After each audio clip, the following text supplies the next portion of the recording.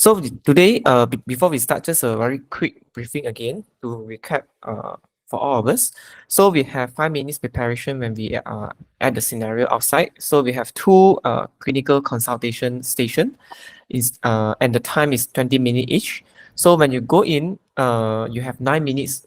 Try to take about 8 to 9 minutes of history. Don't rush to examine and then finish up the examination because you have adequate time. So try to spend a good amount of time for history taking, about 8 to 9 minutes. And then when you examine patient, also try to examine a bit more. Cannot be just touch and go that kind of examination. You have to be a bit more systematic at the same time. Back to the chief complaint and the associated thing that we need to check. Okay, then followed by when the examiner reminds you 2 minutes left, I think you still have time to in order to address all the concern. But let's say you have finished your examination early, like 3 minutes plus, you can straight go to concern. It's fine. It depends on the timing. And then after that, the examiner will have 5 minutes of Viva session with you. Okay, so we will start with Dr. Abi. So all right. So I will give you 4 minutes to prepare instead of 5 minutes. Would that be fine? Yes, sir. Yes, really fine. Yeah, because this is a very controlled kind of practice. So I think we'll minus 1 minute just to tune yourself. Okay. So your scenario will start now.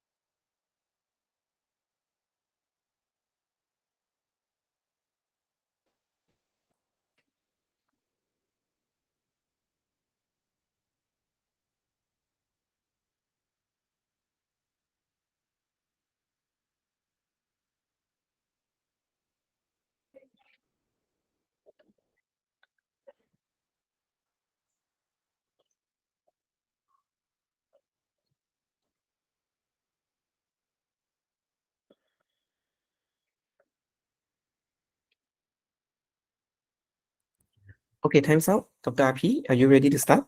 Yes, sir. Okay, so Hello this is the there. patient, Mr. James. Please start. Yes, yes, sir.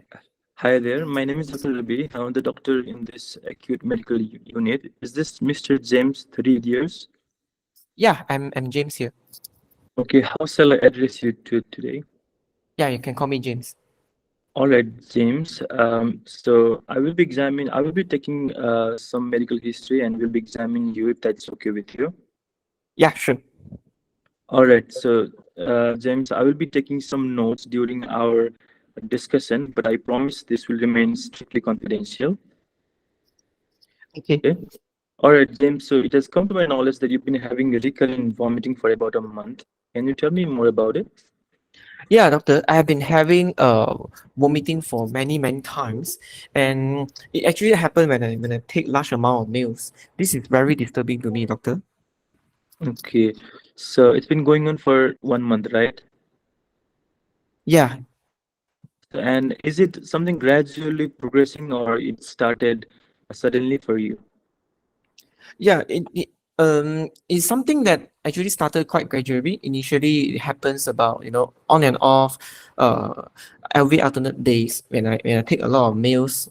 Mhm. But subsequently, I noticed that recently, in the recent few weeks, it has getting more and more frequent.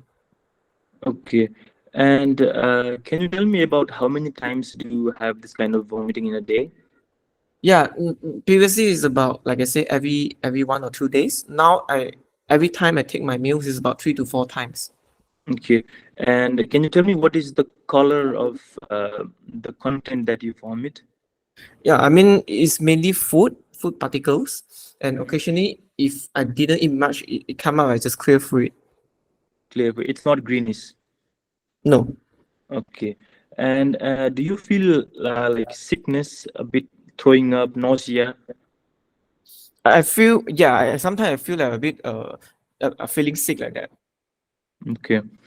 All right. And do you feel like your vomit, I mean, you have a problem when you take a solid or it's more like a liquid food? Can you tell me if you have noticed Um, that? I feel both is also uncomfortable. But if I try to eat a very small amount, I tend to feel better. Okay. All right. And so when you eat foods, like after how many, I mean, after how long do you tend to throw up, Yeah, vomit? usually it's about half an hour. Half an hour. Okay. And do you feel like the vomiters is very foul smelling? No, no, No. Okay. Have you noticed any blood in the vomiters? no. No. So, okay.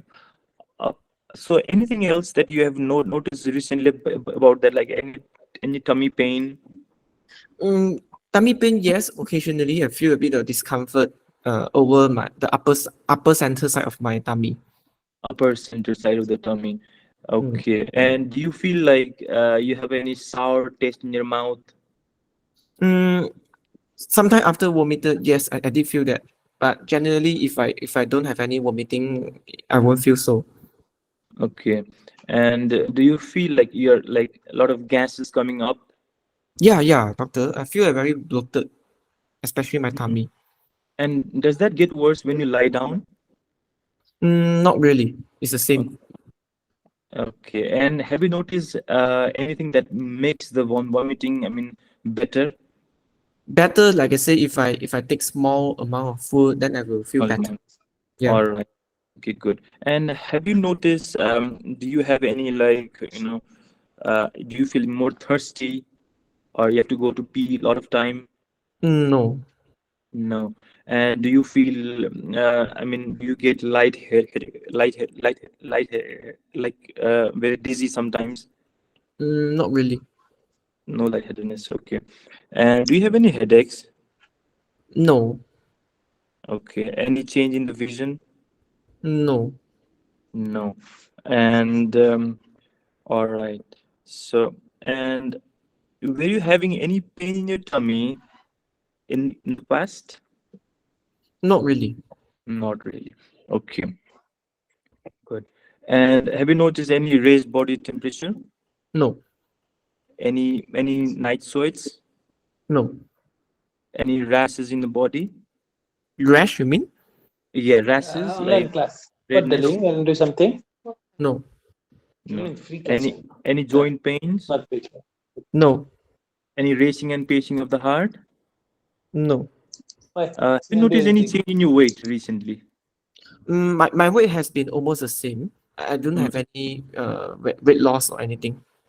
okay. And how is your diet and appetite? My appetite has been reduced because of this all this symptom, but Okay. I'm not controlling my diet. I like to eat all the sweet food. It makes me feel more energy. Okay, good. All right. So, okay. And how is your bowel habits? Like, are you passing normal amount of Yeah, feces, yeah. I food? can It's pass good. motion normally. Motion normally. Okay. Yeah. And how is your water works? Yeah. I mean, I can pass urine normally. Well, I don't have any issue. Okay. All right. Good. And can I know if you have any previous health condition? Yeah, yeah, doctor. I have diabetes when I was 18 years old, doctor. Like, is it type 1 diabetes?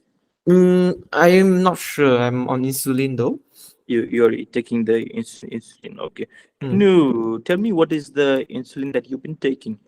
Yeah, I'm on Atrapid 12 unit 3 times per day to take before the meals, as well as the Insulatard 20 units before sleep. Okay. All right. And have you known about your recent 3 monthly blood glucose? Yeah, yeah. It's The last I checked was last month. The doctor told me it was about 10%. 10%.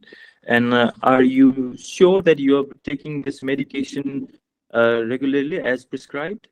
Yeah, sometimes I do forget, especially the the one that I should inject before lunch. All right. Okay. And do you change the sites of the injection frequently? Yeah, yeah. I was told to change every few times. Okay. And have you noticed any chest pain? No.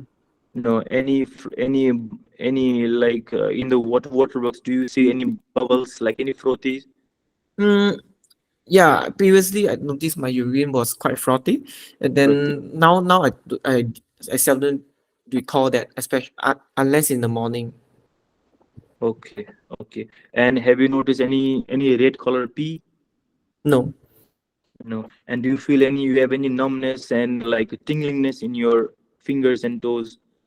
It's more to my toes. Sometimes when I walk, I feel like my toes are a bit numb, and it's like as if walk on the cotton. Okay, good. And you see just fine, right? Everything is clear for you, the vision. Yeah, yeah. I have my last eye checkup before. They told me it's just some lens issue. That's why I need to wear my spec. Otherwise, I'm okay. All right, all right. So, okay, James, can you tell me, except this medication, are you taking any other medication? No, Okay, I'm sorry for my next question. It's a bit personal question. Okay, are you involved in any recreational or party drugs? no, no, no. Okay, and any disease that runs in the family? Not really. Not really. Do you smoke? No. No. And do you drink? Sometimes I do drink, but for social purpose. Good, good. And if I may ask, what do you do for a living, Mr. James? Yeah, I work as a production a site manager. Yeah. And is this something that has impacted your work? Yeah, definitely, doctor. I have been feeling unwell. I have to go to toilet often in order to vomit, and that affects my productivity. Mr. James, I'm really sorry to know about your symptoms, but I'm here to help you, okay? So at the end of this discussion, we will be able to help you, all right? All right. And do you drive? Yeah, yeah, I'm drive. And have you experienced any like low blood sugar symptoms like shakiness, anything like that? Have you? Honestly, doctor, I don't check my sugar, so I don't really know. But symptom wise, I don't really feel that. Okay. So, all right, James. So I'm going to examine you. I'm going to ask you to lie on this couch, okay? Okay, sure. First, I would like to check your hands. Mm-hmm. Yeah, I'm going to look for any fingerprint marks. Okay, there's no Yeah. fingerprint marks. No fingerprint marks. Okay. And I'm going to check the pulse in both hand. Mm-hmm. Pulse volume is good. Good. No signs of dehydration. I mean, weak pulse. No. No. And I'm going to check the eyes. Mm-hmm. Eyes any pallor? There's no pallor. Okay. I'm going to check the mouth if there is any dry tongue or any sinuses or any ulcers. No ulcers. Okay. I'm going to check the patient's uh, heart first. Okay. I'm going to listen to the heart for any murmur, for any S1, S2.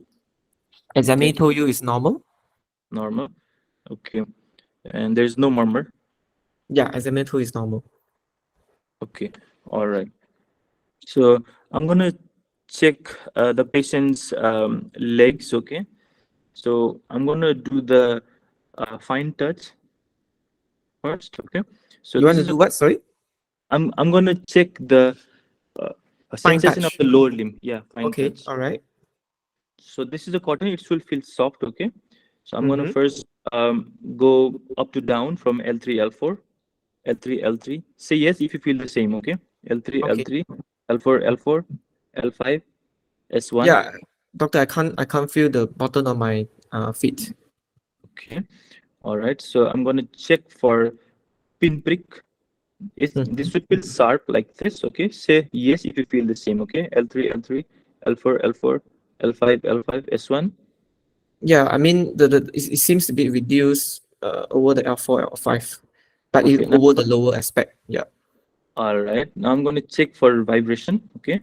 From the DIP of the grade 2 left side. Yeah, vibration is reduced both over the ankle and as well as the big toe.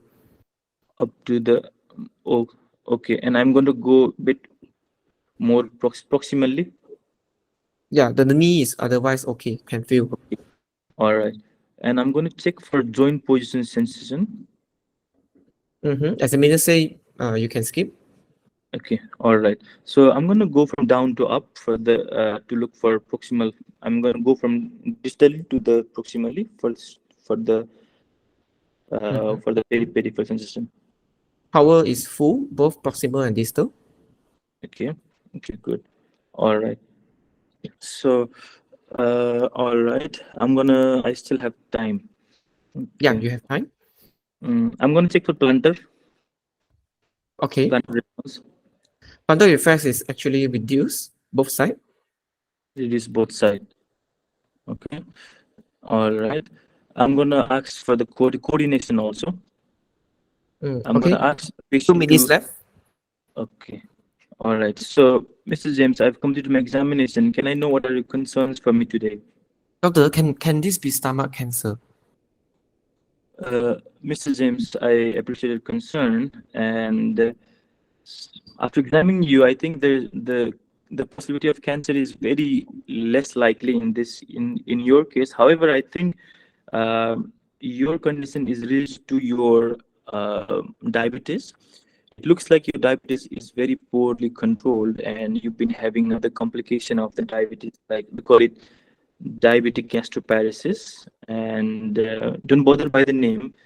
So what happens is when your diabetes is poorly controlled, then your stomach, your gut will not be moving as it is supposed to, so that whatever you eat is not, I mean, moving to the forward direction as it is supposed to, so that it can come up when you take more amount of food. Are you following me, James? Yeah, doctor, can this be due to soreness of my pancreas? uh, there is a possibility, Mr. James. So however, but at this time I have very limited information. I have to run some tests, like some blood tests, and then I will be able to make sure if there is from the Doctor, pancreas or will I not. need any medication for this? For now, you've been vomiting for a longer time, so that's why I'm going to observe you in our hospital for some hour. I'm going to check how is the dehydration level in your body and your blood sugar, okay? And even have to consult the other doctors, like gland doctors, okay, to optimize your blood Do I sugars. need surgery, doctor? At the moment, I don't think so. You need any surgery or any procedure for this problem. Okay, thank you, doctor. Thank you, Dr. Abhi. Can you tell me what is your differential diagnosis and any supporting points? Okay, so I believe I've examined this patient, Mr. James, with history of 1 month history of recurrent vomiting and with a background history of diabetes, which is poorly controlled, being HbA1c about 10%. And after examination, I have noticed that he has signs of peripheral neuropathy due to reduced fine touch, reduced pinprick, reduced joint position uh, on his both the feet. And I also came to know that he's been having frothy urine, so it may be signs of Mm-hmm. ongoing diabetic nephropathy. So Yeah, what is the differential? my provisional diagnosis for this patient is diabetic gastroparesis, diabetic nephropathy, and diabetic peripheral. But with regards of the chief complaint in terms of the recurrent vomiting? Okay, so other differential for this in terms of chikungunya is diabetic ketoacidosis. Okay, but how do you think about the hydration status? So I think the hydration is good for this time. I don't see any dry skin and dry mouth in this patient. Okay, do you think there's any other differential diagnosis that is more likely other than DKA? Yeah, there are other possibilities like GERD, gastric outlet obstruction, Okay, have you examined anything to rule out this? gastric. Yeah, I've asked some question like if the patient has any bilious vomiting or not. Mm-hmm. How about any examination? Examination. Yeah, I did not examine the tummy. Yeah, abdomen part. Yeah, I forgot that. Any other differential? Yeah, it could be due to pancreatitis. Okay, In this but do you think this is acute or chronic pancreatitis? if it's pancreatitis, then it should be a chronic pancreatitis. Okay, all right. Is there any other differential that you want to offer? I want to offer about this cyclic vomiting syndrome, Mm-hmm. uremia. Okay, what does the cyclical vomiting syndrome falls under? What the? It will be a psychiatric. Okay, all right. Yes. Okay, how do you investigate this patient? I would like to begin with complete blood count, renal liver function test, blood sugar fasting and postprandial as well as HbA1c. And I would like to perform a urine routine for any proteinuria. And for the gastroparesis, I believe we can do the gastric manometry. Okay. And I also consulted ophthalmologist for the eye evaluation. And to rule out pancreatitis, I would like to do serum lipase, amylase in this case. And for gastric, there's a less likelihood of having any gastric outlet obstruction for this patient. But I would like to order a plain X-ray of the abdomen for the erect and supine if there is any air fluid level in that. Do you want to order a scope? I think it is not necessary at this time. Okay. How will you manage the patient? So for the management, I believe I will start with the patient education and counseling regarding the proper diabetic management of this blood sugar management of this patient. And I would also like to involve the endocrinologist, dietitian in this case, and also nephrologist as well as ophthalmologist. So for specific management, I would optimize his blood sugar. And I will also consult regarding the blood sugar management to the endocrinologist. How about regards to vomiting? Yeah, for this I will admit the patient first, and I would start him IV fluids for any signs of dehydration and I will give him antiemetic medication like ondansetron and prokinetic like metoclopramide, as well as domperidone if needed. Uh, and what else? And I would like to Okay. advise the Yeah. patient to take Time's up. more food. Yeah, thanks now. Okay, thank you, Dr. Abi. So how do you think of your performance? I don't know, sir. I think I missed the abdominal part. I should examine that abdomen. So my comment is that what was the chief complaint based on the scenario? Recurrent vomiting, yeah. Vomiting, right? So it's a GI, right? It's an abdomen. Yeah. So your sign must be something of related to abdomen as well, right? Yeah. You cannot miss the whole abdomen, but focusing on the peripheral neuropathy. Yeah. That's number one. And anything else that you want to comment about your performance in terms of probably in terms of the timing or in terms of your flow? I think I should have more time on the examination part. Mm-hmm. But actually, you don't have to examine all the four sensory modalities. Perhaps you can proceed with the pinprick sensation as well as proprioception, or you choose between proprioception versus vibration, because vibration tends to spend a lot of time. So for this kind of scenario, I wouldn't spend much time in order to do all the four modalities. Perhaps I will just do pain, which is the pinprick, and perhaps I will just do the proprioception. And if it's affected over the big toe, then I don't really need to proceed next to the ankle or to the knee because the time is limited. And the only point you want to do that is because you want to justify that there is a peripheral neuropathy, girth and stocking distribution, right? Yeah. Other than that, how about your timing? I think timing was okay. Timing was okay. All right. Okay. So, okay. So I think if I'm going to score you based on the mark sheets, your com skill is okay, satisfactory. Your examination, unfortunately, because you didn't touch the abdomen, I'm going to put unsatisfactory. Okay. Do you know what is the another important thing for patients with uncontrolled diabetes to examine the abdomen? Uncontrolled diabetes to further decay.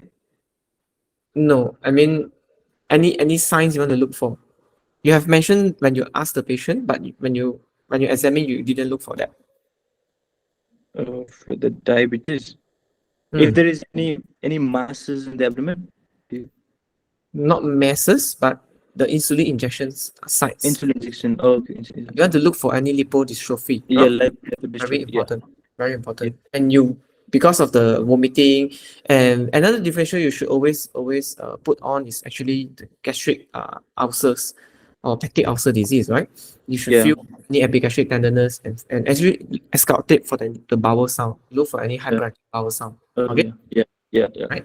So other than that, your clinical judgment, I would say borderline because your examination is not complete, so I cannot give you full marks. Managing concern, I would say good. You have managed your concern quite well. Physical sign, unfortunately, is going to be unsatisfactory as well because your examination, it must tally with each other. Okay.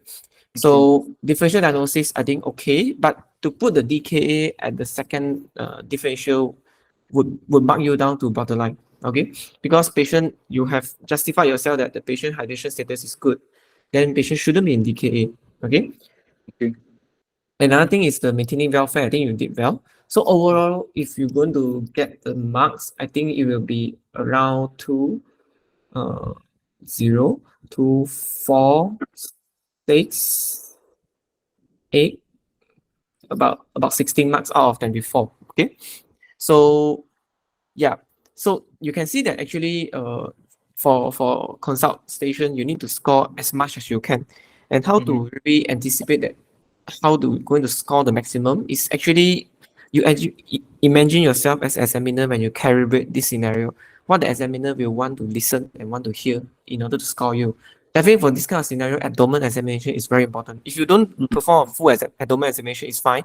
At least you lie the patient flat on the bed and then you just feel for palpate for any tenderness, just listen for any bowel sound. With that, actually, and you examine for the insulin injection site, with that, you can actually get full marks already. And these are the hard sign, okay? The soft sign will be the peripheral neuropathy. Yes, you have examined for peripheral neuropathy. But you can see that if you focus the wrong thing, within a limited time, you cannot get a very good marks. Okay. Yeah. All right. So, but it's okay. It's a good attempt. I would say it's a good attempt. You can see that your basic is very good. It's just that you need a bit more practice. Okay. So we Yeah. just go through a bit on the scenario. So yes, you have gather most of the history. In terms of the vomiting, relief in small meals, worse with large meals, intermittent discomfort over the tummy, and then you must make sure you have ruled out any warning sign. Okay. So I listened that you managed to rule out any difficulty to swallow, but you didn't ask me about painful swallowing. You didn't ask me about family history of cancer. You didn't ask me about any yellowish discoloration, and you did ask me about appetite and also weight. Okay, your your red flags for the GI symptom is not complete. Okay, and in terms of the diabetes, yes, you asked about 3-monthly sugar control and the medication is good and how it was diagnosed, and you asked about macrovascular complication in terms of the chest pain to suggest ACS, but you didn't ask me about stroke. Okay, you need to be very complete. Macrovascular, make sure that you ask about chest pain or any history of heart attack, and then and also ask about any leg weakness, one-sided body weakness, or do you told to have any stroke? Okay, another thing for this man with the HbA1c of 10, you also need to think about erectile dysfunction. So when you ask about sensitive question that time, you should also ask, do you have any difficulty in morning erection? Are you involved in any active relationship? And do you have any difficulty in terms of intimate relationship? You can just ask a very simple question like that. Okay. That will screen for erectile dysfunction. Okay. And now comes to the microvascular, which is also very, very simple. Ask for any baseline kidney function test. And then ask for, you have mentioned about protein urine, yes? Or in blood in your urine. You can ask together is okay. Any blood or protein or protein urine, do you notice? And do you have any worsening blurring of vision? Have you have any eye checkup before? And then do you have any numbness? You can see that if you practice your flow smoothly, generally you only spend about 30 seconds or 40 seconds to ask about everything about diabetes. It can be quite fast. Okay. And the social part, yes, you will manage to explore that the patient is a bit stressed with the work and therefore has some functional impairment because of that. And for examination, you must highlighted the fact that you want to check for hydration status. And to know whether patient is well hydrated or not, you should also offer to check postural lying and standing PP. Okay, that will actually tell you the volume status. And for GI, warning sign is anemia and jaundice. Therefore, you have mentioned you want to check for anemia, yes, but you didn't mention about jaundice. You want to check for conjunctiva pallor and sclera jaundice. And abdomen is the one that you cannot miss. If you're thinking of gastric outlet obstruction, then you can just offer that you want to check for sarcoidosis press, but actually that one is not very important in my opinion. Okay, bowel sound you can mention. And then yes, cranial nerve, not cranial nerve, sorry, central nervous system, you want to actually rule out the peripheral neuropathy. But don't forget that in this kind of patient, for diabetes, you cannot afford to miss the offer to check the fundoscopy and bedside urine dip. Just mention, you don't have to check. Unless the scenario is a blurring of vision, then you have to check because this is how they're going to calibrate the score. Okay, so that differential diagnosis, yes, can be most of the time is diabetic gastroparesis, chronic pancreatitis. Don't forget about the surgical causes like cholecystitis and gastric outlet obstruction, and therefore it makes your examination even more important. You have to feel for your Murphy sign, right? And another thing is that you have mentioned about cyclical vomiting syndrome. It is one of the possible diagnoses, but generally these are all considered as functional disorder. And for him, it's actually more to functional dyspepsia. Okay, this is something that you need to mention because she has stress, everything, but you need to mention it lower down the list. Okay, and if the examiner asks you functional dyspepsia, there's actually two subtypes. One is called epigastric pain syndrome, and another one is called postprandial syndrome. So postprandial syndrome usually after more than half an hour later, patient will have some vomiting and bloating. But epigastric pain syndrome is tend to be immediately like after eaten a large meal or even a small or moderate meal, patient will have epigastric pain. Okay, and therefore another differential you also mentioned, uremia is also good because you have think of can be some form of diabetic nephropathy. Okay, you can say that this is all these differential analysis happen in the background of uncontrolled diabetes mellitus. Okay, and investigation you have mentioned most of it. Okay, another thing I want to add on is actually H. pylori testing perhaps is of significant, and you mentioned about the manometry. You can mention, or you want to mention as a gastric emptying scintigraphy is fine. And scope actually for this patient is warranted because of you need to rule out, make sure that this is really you have excluded ulcer first. Okay, it can be some form of gastric or peptic ulcer disease, and therefore it may actually work well with PPI. And at the same time, to do a scope, at the same time, you also can test for H. pylori. You also can test for something that is reversible.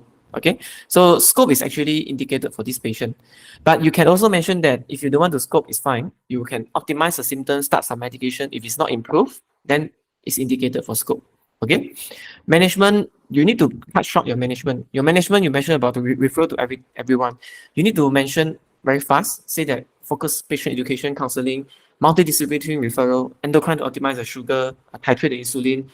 You want to mention about the podiatrist, the food care. You want to mention about the kidney doctors. You want to mention about the eye doctor. It's fine, but don't drag it too long, because your main dish is still the recurrent vomiting, and therefore you need to mention about first start with non-pharmaco, which is actually having a small frequent meals, avoid a fatty meals as well, and can consider prokinetics. And if the medication fails, you can consider endoscopic therapy like gastric polyum or gastric electrical stimulation therapy. This is if the examiner asks. If the examiner didn't ask, then perhaps you start at the pharmaco is good enough. Another thing I want to add on is when you mention about investigation, you cannot just mention the test you want to do. You must mention the justification. For example, I want to order full blood count to look for any anemia in the long-standing uncontrolled diabetes, as well as quantify the HbA1c again. I want to look for renal profile and blood gas to look for the hydration status, as well as any metabolic acidosis and also electrolyte imbalance. When the UFAM and UPCR to quantify things like that, and I want to order abdominal X-ray to look for any bowel gas or any distended stomach. And then you must justify yourself. You cannot just mention that want to do this. You have to list out, because the clinical judgment, they are actually assessing our rationale of ordering a test. Okay. Otherwise, I think you are okay. All right. Do you have any comments or any question? No, sir. No. Thank you. Right. Do you actively practicing in your center? Yes, sir. You have to practice more. I can see that your flow is there. It's just that it's not very smooth yet. I would say perhaps you're at about 60% prepared for exam. Okay? Okay. You must practice until you really very fluent. At the same time, you really know how to score the exam. Okay? It's all about like a game. You need to know how to play by the rules. Okay? Yes, sir. All right. All the best to you. Yeah, thank Okay. you, sir. Thank you. Okay, so we will proceed with the next candidate, Shopney, right? Are you there? Hi, doctor. I'm here. Okay. Hi. Nice to meet you. So Nice to meet you too. I will. Are you prepared to start the second scenario? Yes, I am. Okay, sure. I will give you 4 minutes as well to be fair with everyone. So 4 minutes to prepare, and then we will start. Is it okay? Yeah, sure. Okay, I will start the counter now. Sorry. Before that, okay, choke. Okay, everyone chill for a while. I forgot to mention about this slide, which I think is quite important. When we talk about recurrent vomiting in diabetes, yes, number one is diabetic gastroparesis, okay? But at the same time, we also need to think about other things as well in the aspect of diabetes. It can be hyperglycemia-induced vomiting, like what Abi mentioned, can be DKA or HHS, but that's why the hydration status comes into a very important role. You need to assess the hydration status, okay? And third thing is the drug induced. So you need to make sure that patient, on top of not taking metformin, which can also cause lactic acidosis and vomiting, you need to make sure that the patient is not taking any artificial sweeteners a lot. This patient, if you ask, he actually takes a lot of sweet food, okay? And those sweet food actually have some these sweeteners as well. And recurrent vomiting in diabetes, especially type 1 diabetes, you need to think of autoimmune polyglandular syndrome, in which the association is actually Addison's disease, okay? So Addison disease, type 1 DN, as well as the autoimmune thyroid disease can be Hashimoto, can be Graves. But basically, you need to think about Addison's disease, because Addison disease can present as recurrent vomiting, abdominal pain, got some weight loss, but that one is primary adrenal insufficiency. So you need to check for any hyperpigmentation, any gum or buccal hyperpigmentation, any lips, or even for the interdigital hyperpigmentation. You need to mention that. And yes, diabetic nephropathy is also one of the possibility, uremia. Okay, GERD is also. Pancreatitis and surgical causes need to mention as well, especially gastric outlet obstruction. If patient is more elderly and chronic smoker, have risk factor, gastric carcinoma is something that you need to put higher up as well. And last but not least is the functional dyspepsia, especially when you have excluded all the red flags and organic causes. Therefore, you want to mention that at the last. If the examiner still persist, ask you like how I did. Okay? All right, so Shoni, sorry for for that. So we are No going worries, to doctor. start. Yeah, we're going to start your case. Your case start now.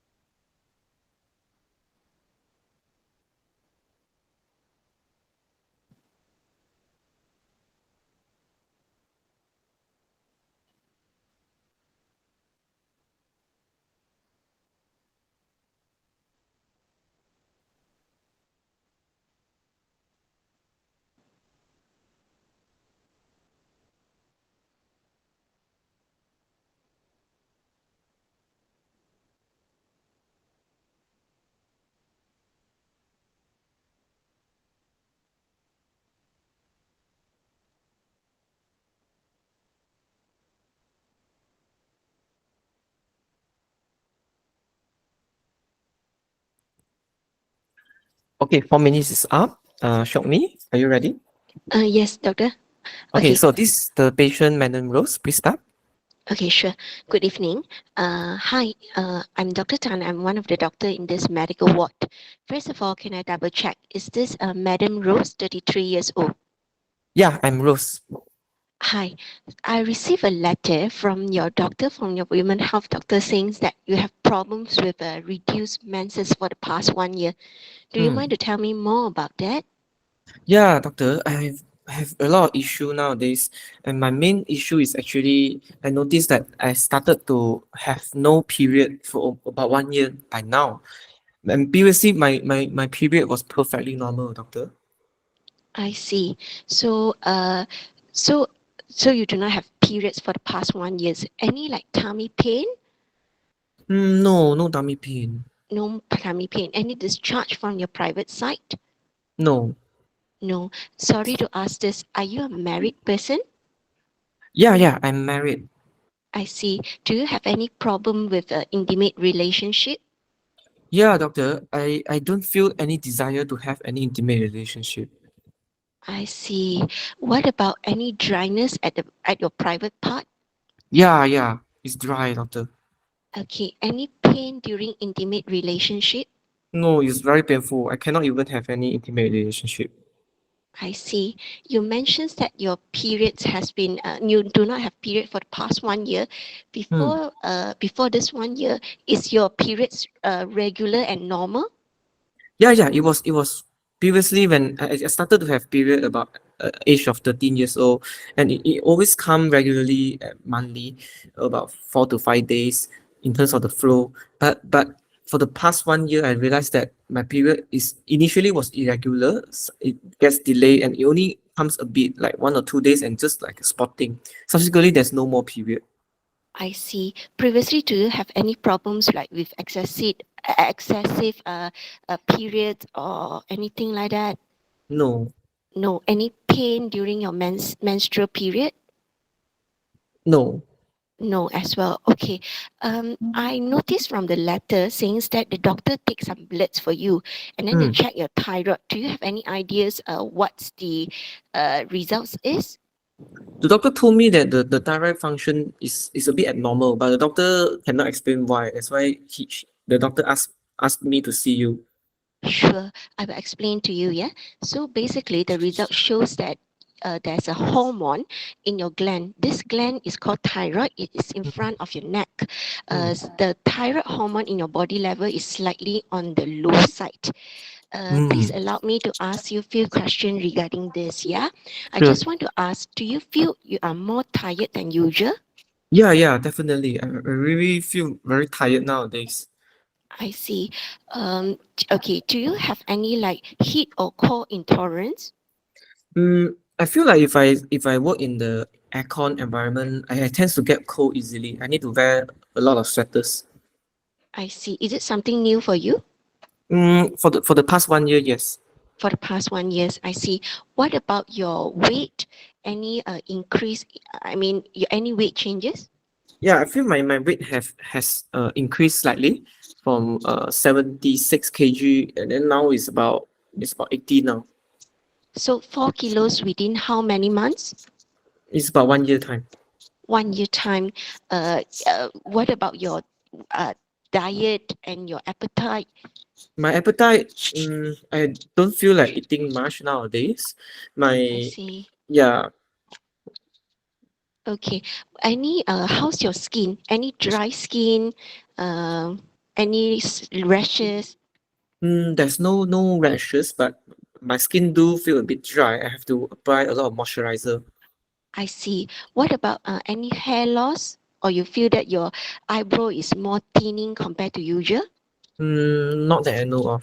Not that you know of. Okay. Any pain when you I mean when you look left, right, up, down, any pain at all moving your eye?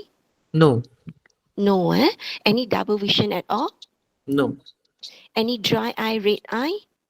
no, No. Any sore in your mouth? no, No. Do you feel any lumps, neck swelling? no. Especially, no. Any lumps and bumps anywhere else in your body? Not that I know of. Okay. Do you, before you came in, we take the blood pressure and we check your heart rate. We noticed that your heart rate is slightly on the low side. Just want to ask, do you have any chest pain at all? No. No. Any dizziness? Dizziness. I feel dizzy when I change my position. When you change your position, I just double check. So, meanings that when you lie down, uh, and sit up, that time you feel dizzy. Is it from lying to sitting up? Yeah, not only sitting up. When I walk as well, when I stand up as well, I feel dizzy. Okay, I see. And do you notice any like darkening at your hands or your mouth area? No. No dark spots or anything like that? No, eh? No. Okay, do you bump into things? No. You didn't notice that. Okay, great. Any headache? No. No headache. Do you have any like abnormal tingling numbness sensation over your body? No. No, like spasm, No. abnormal spasm. No. Okay, all right. Any no? You mentioned no chest pain. Any like one-sided body weakness? No. No. Ever you feel your heart is racing? Not really. No. How's your water works?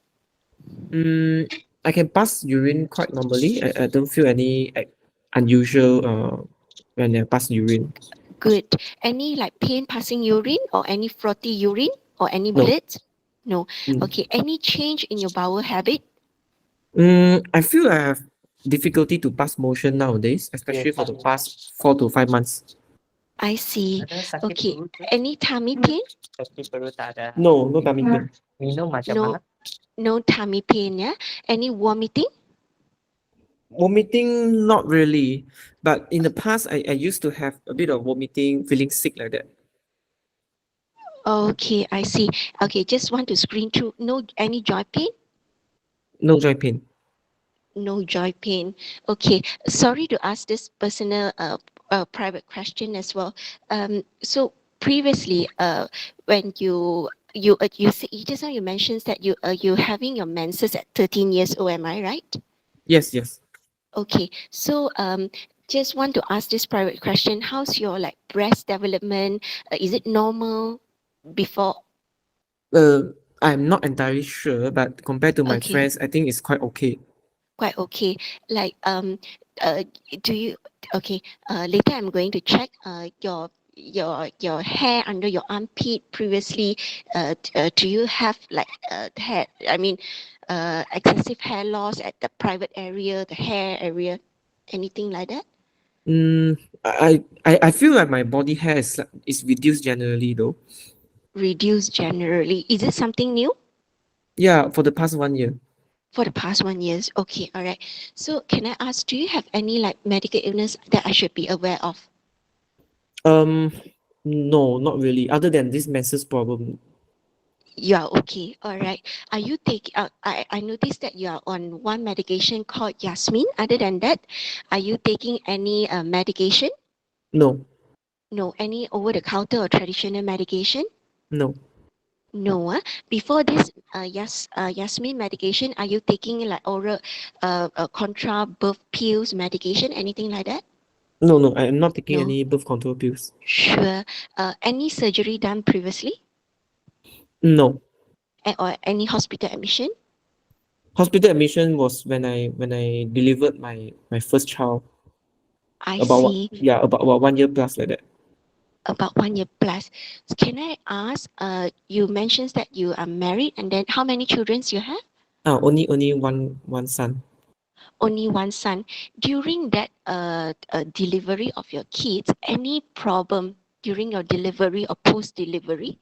My Except, my baby was delivered fine, but the doctor told me that I have a bit of bleeding after the delivery. I see you have bleeding during delivery. So do the doctors need to give you like blood transfusion? Yeah, the doctor did give me one or two back. I can't remember exactly. I see. Any doctor that time admit you to the like intensive ward, saying that your blood pressure on the low side, anything like that? No. No. Okay, no problem. Okay, all right. Just want to ask, are you a smoker yourself? No, I don't smoke. Okay. What about alcohol intake? No, I don't. Okay. What do you work as? I'm a finance manager. I see. And how does this thing affect you? Generally, it doesn't affect my work, but because this, I feel very low energy all the time. I really feel that my life is not as what it used to be. Sure, we will definitely look into this and hope we can help you at the end. Yeah.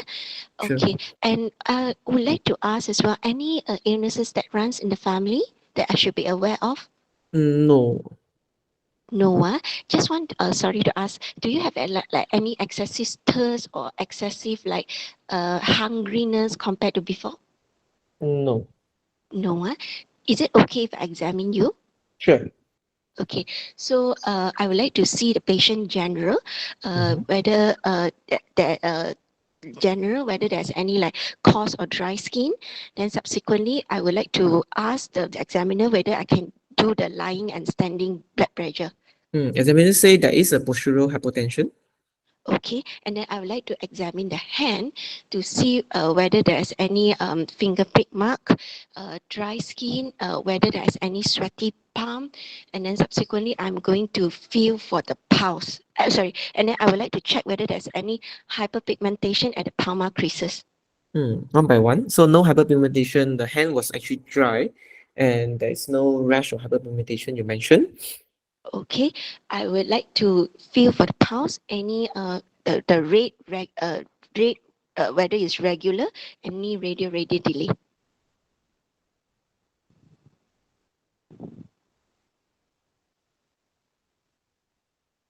Yes, doctor.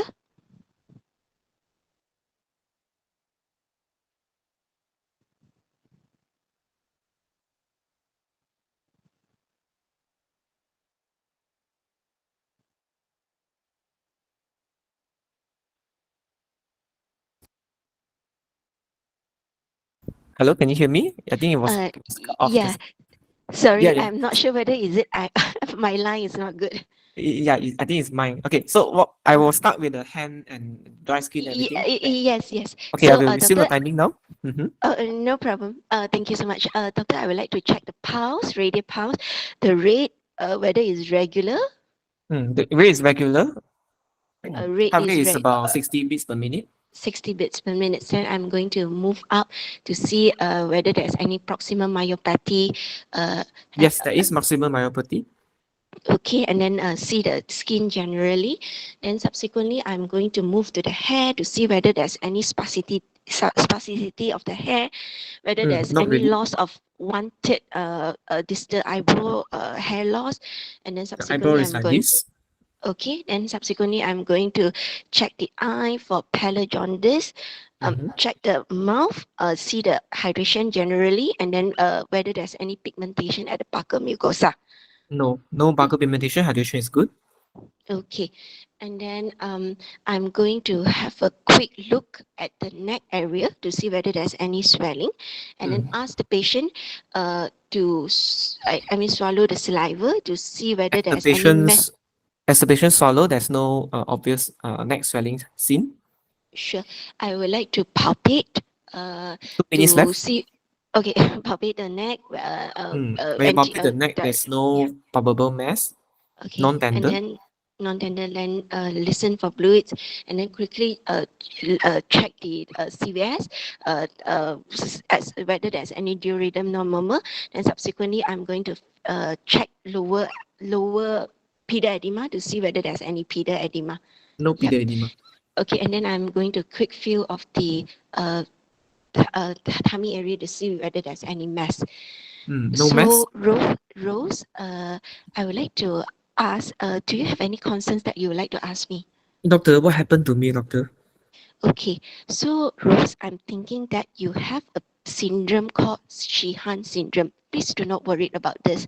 So basically, what happened is during your delivery, there was a blood loss. So this blood loss causing some high, we called it a low blood pressure. So it causing some low blood supply towards your gland at your brain called pituitary. So there's some injury towards your pituitary gland at your brain. I'm going to draw it out for you. And then this gland have a lot of hormones. So because of this gland having injury, so there was some reduced hormone in your body, like your estrogen, your sex hormone, and then your thyroid hormone, and then your cortisol hormone. That's why you feel tired. And then with all the reduced menses and then dryness as your vagina. But please do not worry. I'm going to refer you to the gland doctor, and then we will work closely together with you, with your woman health doctor, so that we can restore all the hormones for you. Any other question? Yeah, doctor. I want to know. Will I need medication lifelong? Yes. So, because there's some injuries towards the whole, the gland that I mentioned, the pituitary. So most likely you are going to have the hormone replacement lifelong. But I'm going to refer you to the gland doctor, and then they are going to explain you more in depth to you. Any other Okay. question? Okay, time's up. Okay, Dr. Tan, can you go through a list of differential diagnosis with supporting points as well as your provisional diagnosis? Okay, doctor, I'm thinking that this patient having Sheehan syndrome, as a post-delivery, the patient's having blood transfusion that causing secondary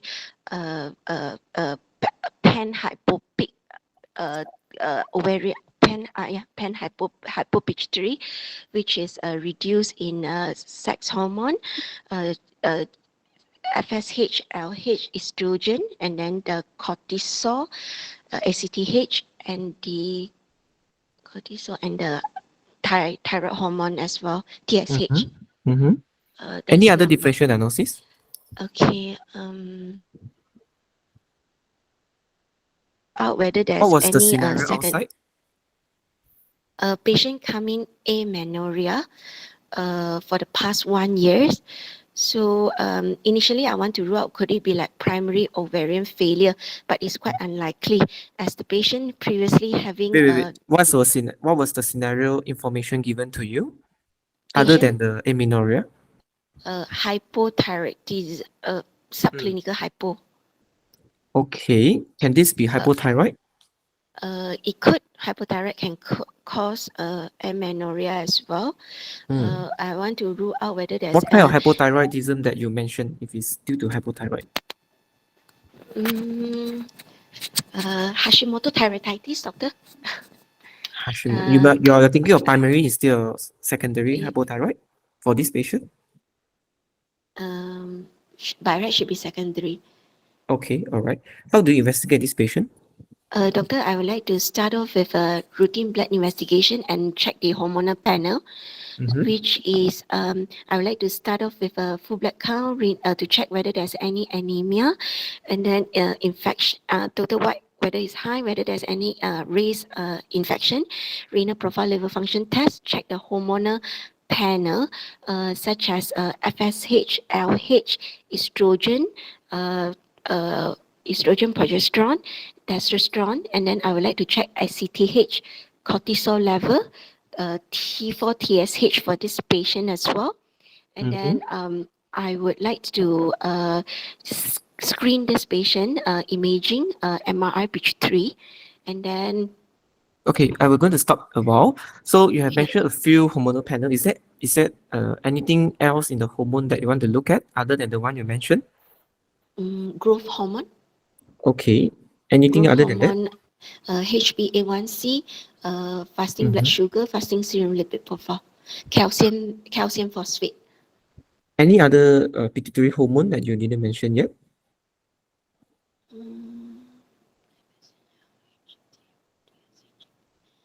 Okay, never mind. Yeah. How will you manage this patient? Doctor, I would like to start off with non-pharmacological, so patient education, provide leaflets to the patient, and then provides the gel for the patients as well, lubricants, and then I would like to get involved of the multidisciplinary team, mainly endocrinologists, basically hormonal replacement such as estrogen, and then lubricants, and then replace thyroxine, and then I would like to but before we start all this, we should check the cortisol level and start hydrocortisone 10 milligram morning and 5 milligram at 2 p.m. To prevent whether there's any adrenal crisis for this patient, and then work together with the ONG doctor for this patient. Anything you want to advise the patient? Anything? Okay, I would like to advise this patient 6 days rules, provide a steroid cards for this patient. So if the patient is unwell, the patient need to seek medical treatment immediately and double the hydrocortisone dosage. Does the patient need further cortisone? Yes, because is hypopic, and then I would like to provide dexamethasone. Sorry, Sorry, so dexamethasone. no. I was mentioning about like osteoporosis screening for this patient later on. Okay, time's up. Okay, thank you, Yeah. Dr. Tan. Okay, so let's pause for a while. How do you think about your performance? I didn't manage the time well, as I think. Hmm. Yeah. Yeah, my point is also the time management. Your flow was quite smooth, but your time management is not optimized enough. You use about 10 minutes for history taking. Yep. That is very dangerous. Imagine how many minutes you actually left for your physical examination. And this physical examination is kind of like virtual, meaning to say that you are actually examining the patient, you just mention and you just go through like that. But in real life, if you examine the thyroid neck itself, it costs like 1 minute, right? And yeah, and the peripheral examination, you also need some time. And this patient, very important, you have to check the visual field. Correct. Although that the history is suggestive of like pituitary apoplexy, Shihan, because of the, and you definitely need to check the vision because some patient they can have, other than pituitary apoplexy, they can have some stalk effect, they can compress, and they can also cause some enlargement. That is something that by right, if the apoplexy mean necrosis, by right should be shrink the pituitary, but we won't know that this is just pituitary apoplexy or this is something else like macroadenoma. So therefore, pituitary symptom, pituitary disease, you should check for visual field as well. Okay. Another thing is that I noticed you managed to get the diagnosis of Sheehan, which is a pituitary apoplexy, but there's one thing that you didn't manage to ask that will straight away give you a clue that this is a Sheehan. Immediately post delivery, you ask about heavy any bleeding, any transfusion, any low blood pressure require monitoring, right? What is the definite clue to suggest Sheehan? Do you know? Based on history. Not sure. I thought about like hypotensive event. Sorry, Doctor. I'm not Other sure. than that, like discharge, what the mother usually will do to the baby after discharge. They unable to breastfeed.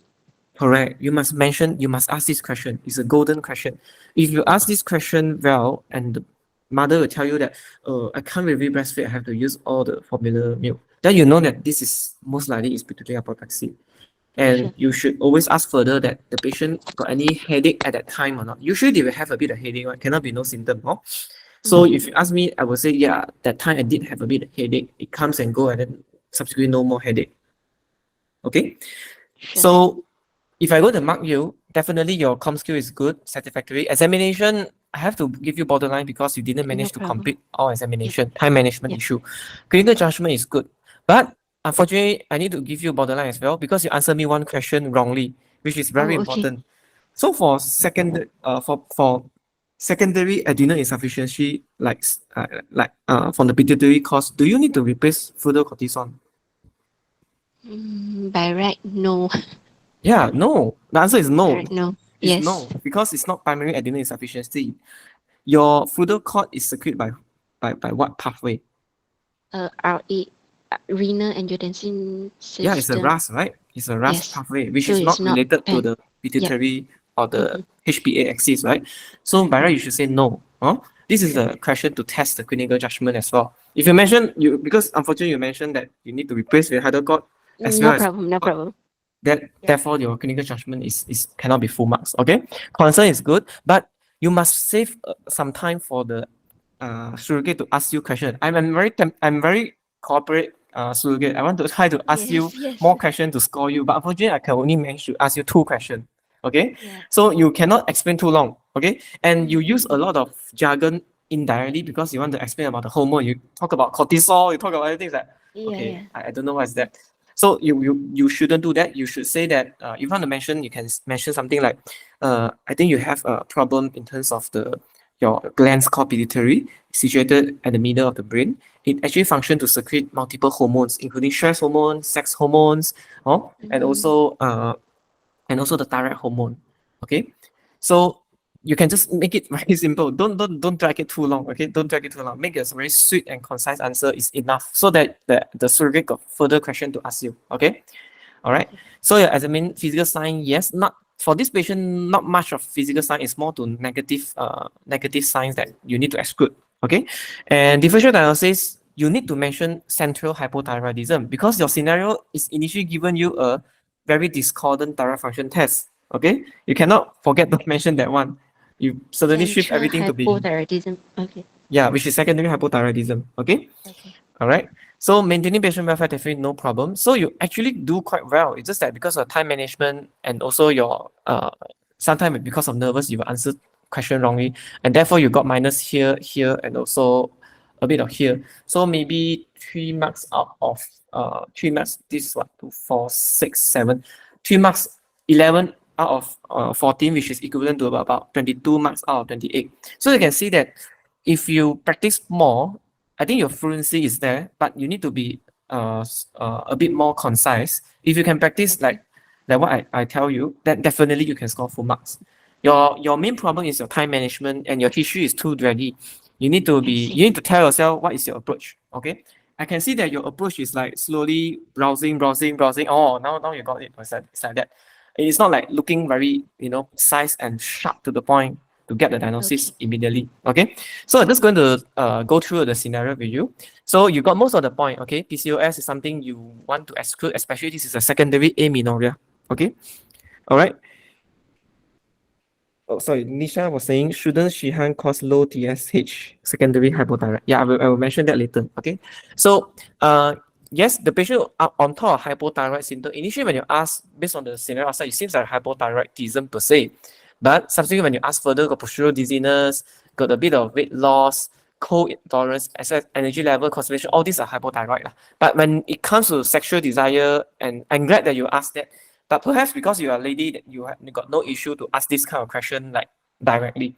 For males that for men that actually ask a female surrogate, sometimes it can be a bit shy and a bit difficult. So if you want to make it like very, very sensitive, I'm sorry to ask you a very sensitive question, but it will help me to understand your condition better. Is it okay?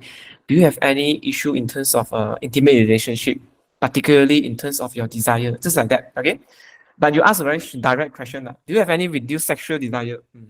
You really ask very direct. It's fine. There's nothing wrong about that. It's just that sometimes you may want to do it differently for certain condition. And you also need to make sure that this is not DI. You need to make sure about patient any polyuria, polydipsia. And that can actually also, dehydration can actually cause postural dizziness on top of adrenal insufficiency. So you also rule out some drugs. Don't forget that Cushing can also cause something similar, like hypothyroid.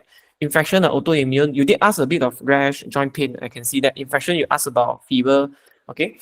And then the main point is actually delivery, unable to breastfeed, and then no menses. That if you get this part of history, there's no question that this is pituitary apoplexy. Okay. And you managed to ask about the habitus as well, the body hair. Okay.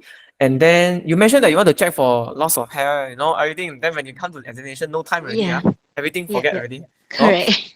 So you sometimes don't have to voice out what you want to find. You just mention it quickly so that you got more time to really look for it, and it's more about showmanship. Okay. And yeah, basically I think another thing that you need to mention is the high risk behavior that you didn't mention. It's always good to ask about high risk behavior, especially in gynae related disorder, like secondary amenorrhea, something that we really need to make sure we are not missing some point. Examination, to me, definitely visual field is a must. Loss of axillary hair, all the hypothyroid symptom, or all the hypothyroid sign. If you really got time, you can do a delay ankle reflex, depending on your budget of the time. And then whether there's any goiter, and then you want to check for postural BB, which you did. And if you really want to quantify whether patient got any obesity or not, you can also ask for BMI. Definitely, this patient have hypopituitarism with Shihan, but this patient, because you don't know, you haven't assessed the full pituitary axis, right? It's a bit risky to you to mention pan-hypopituitarism. To me, I will feel it's a bit safer to just mention hypopituitarism. Okay? Because until you check everything, it's low, then only you say hypopituitarism. Because sometimes what happens is in the apoplexy is not all the axis is affected. Same actually to answer the Nisha question. Not every Shihan will cause low TSH because it may not be full-blown pan-hypopituitarism. It may be just like partial or regional. So it may not be a full-blown picture. And I will also talk about the thyroid function interpretation later because this thyroid function is actually not subclinical. Okay, we'll talk about it later. And Apshi was asking, is proximal myopathy due to hypothyroid? Yes, it can be due to hypothyroid. For this condition, definitely. Okay. And investigation, I think you mentioned most, but I need to hear prolactin, okay? Because Yeah. prolactin is also one of the reasons I want to check for visual field, right? Okay. Mhm. IGF-1 is more important than growth hormone. If you mention either one, generally it's not very helpful, okay? But you just need to mention. And MRI is the most important thing. And for management, I think for your case, you can mention about multidisciplinary approach, education, counseling. Straight away mention about everything. Endocrine for hormonal replacement therapy, further evaluation, and then also continued the female doctor gynecology team to replace the hormone in terms of the menses, and you can also need to counsel on this it automatically for any patient on hydrochlor need to mention about the sick day rule, medical alert bracelet, and also how to adjust just briefly, like 1 or 2 sentences like that. No need to be too detailed, but at the same time you also don't have to be too detailed until you mention about the start 10 mg in the morning and then 5 mg in the afternoon. It's not necessary because that is different center practicing differently because may not be 10-5, okay? And some use DBSA, some goes by just like what you mentioned, 10-5 for all, like a general rule. So it's a bit risky to mention a general answer like that. Just mention about you want to replace hormonal replacement therapy, especially in particular you want to mention replace with thyroxine because definitely the symptom looks like hypothyroid, and you also want to replace the hydrocortisone because of the adrenal insufficiency. The rest, it really depends on the result, right? So therefore, it's important you just mention these two. Growth hormone generally don't really need to replace, okay, unless patient is in teenager age. And FSH, LH, all those can be replaced with the estrogen, the COCP, which patient is already on board by the Yasmin. Okay, and if you can see the concern, I only asked you 2 questions, right? There's Yeah. like 5 questions. In order to score a good concern, you need to give time, let the surrogate talk more. Okay, okay. So while my period is absent for almost 1 year, needing medication, how will you answer that? Reason is because you have reduced sexual hormone release from the gland in your brain. Okay, just a very straightforward and short answer will do. Okay, and is it because of the low thyroid hormone? It could be due to that as well. Last question, difficult question. Can I get pregnant later? And this one, I'm not sure. Yeah, honestly, I'm also not entirely sure because it's a very difficult question to answer because it depends on the how functioning was the pituitary axis. Generally, to me, if you encounter this kind of very dangerous question, you don't know yes or no, you can I always would make like to refer to my gland doctor and the correct, and also the gynae gyne doctor. correct. Yeah. So you don't have to answer everything by yourself. The point about this session is just to share some experience. You don't have to, responsible for every question asked on you. You just need to mention that sometimes, honestly speaking, I'm not entirely sure. However, I will always get in touch with you with the advanced doctor as well as the female doctor, and they will have a discussion with you in detail. Would that be fine? No, the idea is just to Okay. answer the question. It's not about the question is correct or wrong. Okay, but if you force yourself to answer to commit a wrong answer, then unfortunately they may minus you in the clinical judgment. Okay. Yep. Okay, I Yep. think that's all. Any other question before we proceed? No from me. Thank you so much, doctor. Okay, thank you, Dr. Tan. Okay, so next one will be, let me check. I also don't know. Okay, Nakib, is it? Nakib, are you there? Hi, doctor. Hi, Nakib. Good evening. So, are you ready to evening. take the third scenario? Yeah, doctor. Okay. So wait. Before I take a scenario, I also got some approach on this scenario in terms of thyroid function interpretation and also secondary amenorrhea. Just give me about 5 minutes. Is it okay? Yeah. So usually we need to have a good approach when we approach any kind of scenario. For this scenario, it's definitely secondary amenorrhea. Okay. We don't know whether it's secondary or primary. Therefore, we need to, from the outside scenario, just mention no mentions for the past 1 year. But having amenorrhea itself, we need to really go into a history, a targeted history. So your HOPI per se, you can ask about everything about here. You first of all, you need to target the period, okay? Whether it's gradual or sudden, and then how was the blood loss? Is it heavy or light? And then how's the frequency and regularity? And then you can straight away ask about the 4P in female history, right? We always ask about 4P. First is the actually period. Second is the pregnancy. Third is actually your any past complication from the pregnancy, and the fourth one is actually the pills, which is any hormonal control pills. So you can ask about 4P straight in your HOPI because they are the associated symptom, so called. And don't forget to ask about sexual history. And if you ask the first associated symptom, the previous pregnancy, I mentioned about that, you already got diagnosis even before you ask further, right? But don't be too happy sometimes. We need to ask a bit more. And then sexual history is also important. Ask about any reduced sexual desire, any pain during intimate relationship, and then the breast size and breast discharge, okay? And then the hair growth, and whether patient have any change in terms of the hair growth. You can just ask directly, do you feel like your hair is growing like slow or actually increase, or there's no change in hair growth? So usually prolactinoma, they don't really affect the hair growth. But for hypogonadism, like hypopituitarism, usually they will loss of hair, especially at the armpits and the private area. And certain condition, right, if it's like we are talking about HPA-axis, right? So pituitary kind of like hypopituitarism will be reduced in the hair, but the ovarian type will actually usually leads to hirsutism because of that hyperandrogen issues. So like PCOS, like Cushing, even exogenous steroid, all this actually can lead to hirsutism.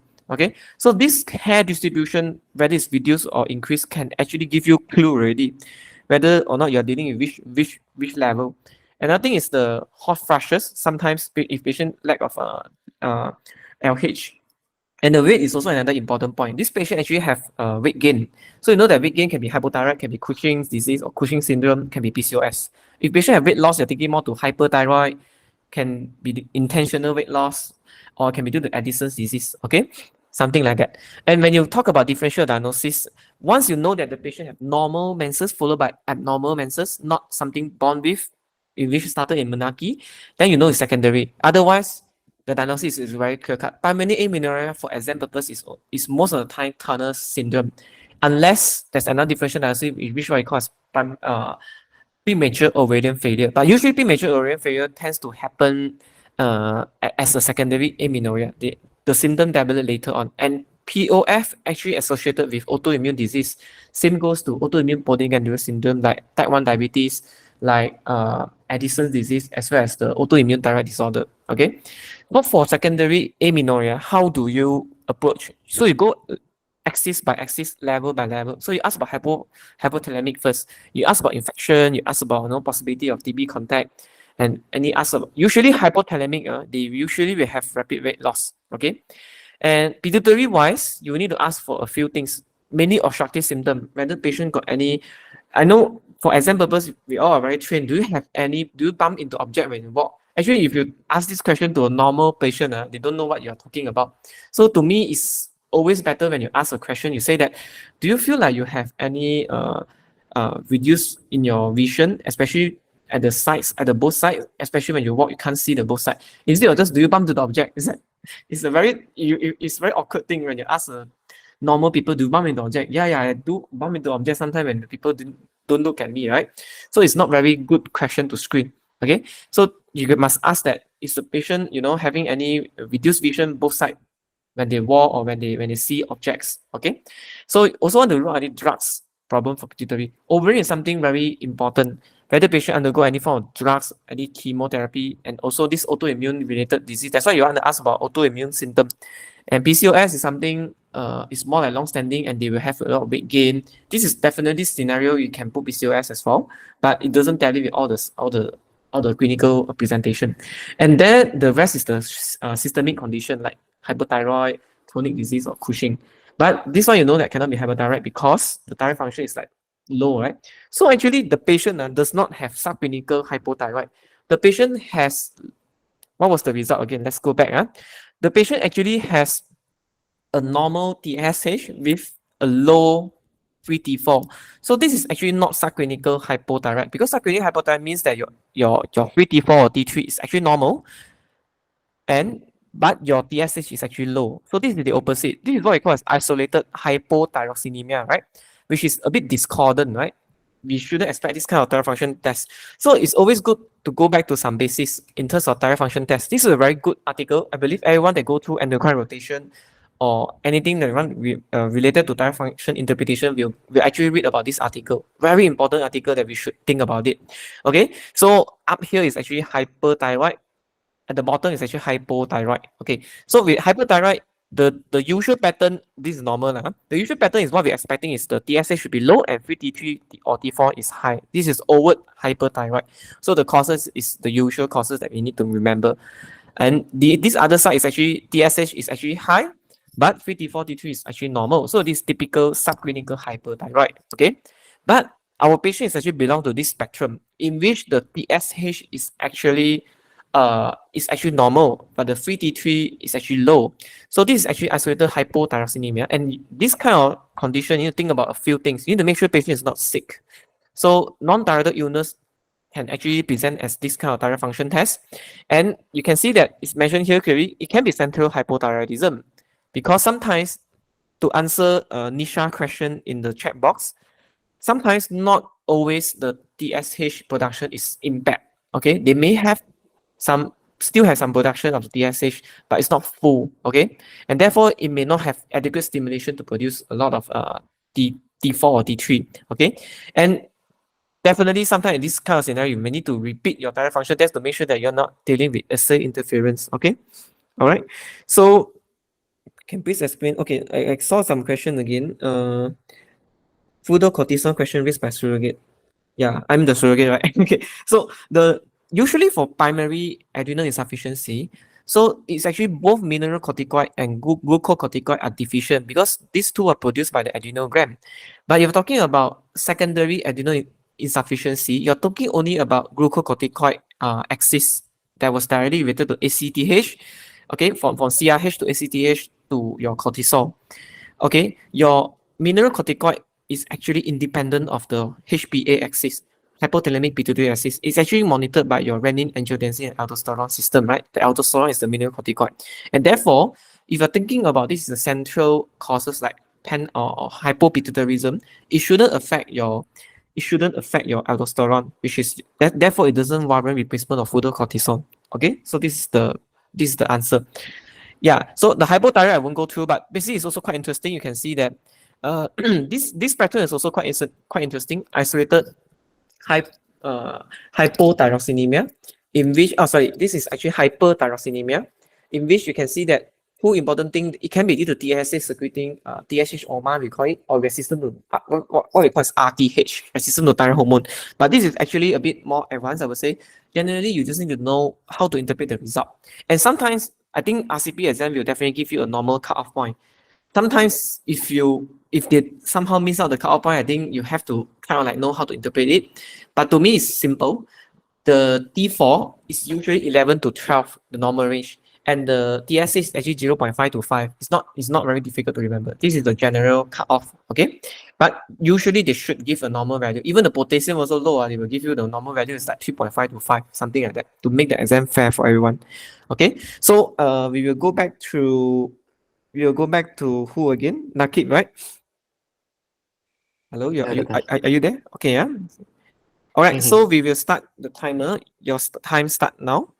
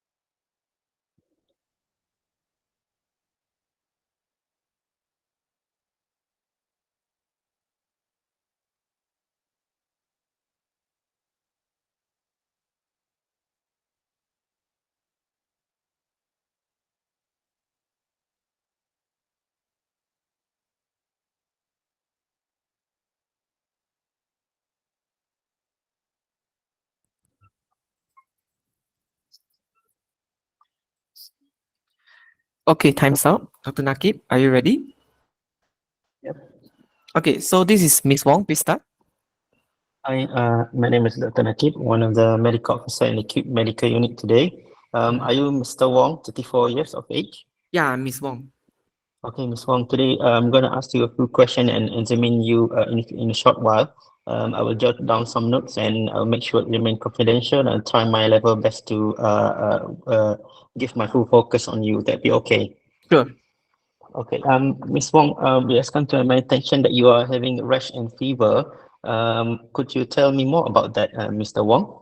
Yeah, doctor, I have been having these rashes over my face, especially both of my cheeks as well as my hand. So this thing has been there for almost 1 month now. And I also have a fever on and off. I feel very cold, especially towards the night or evening. I feel very uncomfortable, doctor. Okay, I'm sorry to hear that. So is this your first episode having this fever and rash? Yeah. It's my first time for the past 1 month. Okay, okay. Is it worse during morning or during night time? I feel it's slightly more towards the night. Okay. Um, and I can notice that there is a rash on your cheek as well. Does it Mm. develop along with the fever? Yeah. But the rash actually started first, then the fever only comes later. Okay. Um, is it do you have any pain associated with it? Pain over my face? No. Okay. How about your hands? Yeah, my hands actually got a bit of pain over my fingers. It's actually generally all the joints I feel a bit pain. All the small joints as well as the big joint, even my wrist also having pain. Okay. Do you notice that the pain was during the night or during the morning, Miss Wong? In the morning it's more of a stiffness, and when I move my joint for a while, it tends to go away. It gets better when I move. Okay. Anything that can make it better, Miss Wong? Yeah. Usually it gets better if I move my joints, and also if I take some Panadol, it tends to feel lesser. Okay. Um, do you have any do you notice that your skin becoming more tightened? No. Okay. Do you notice that your finger having changed in color when exposed to cold weather? No. Okay. Um, do you have any do you notice that your eye getting gritty? No. Any redness in the eye? No. Okay. Um, any mouth sores, Miss Wong? Oh, not really. I didn't realize any sauce. Okay. Um, do you notice that you're having a rash also on your scalp area Scalp or area, no, behind your but ear? I noticed my forearm also having a bit of rash. Mm-hmm. Mm-hmm. Um, do you have any hair loss, Miss Wong? No. Okay. Do you notice that this rash is becoming worse when it exposed to sunlight or hot weather? Yeah. I feel like if I go under the sun, I feel like this rash tends to become even redder, and it seems like become more serious. Okay. Do you take any medication to relieve it? No, usually it's just there. I'll have to apply a lot of these makeups in order to hide it. Okay.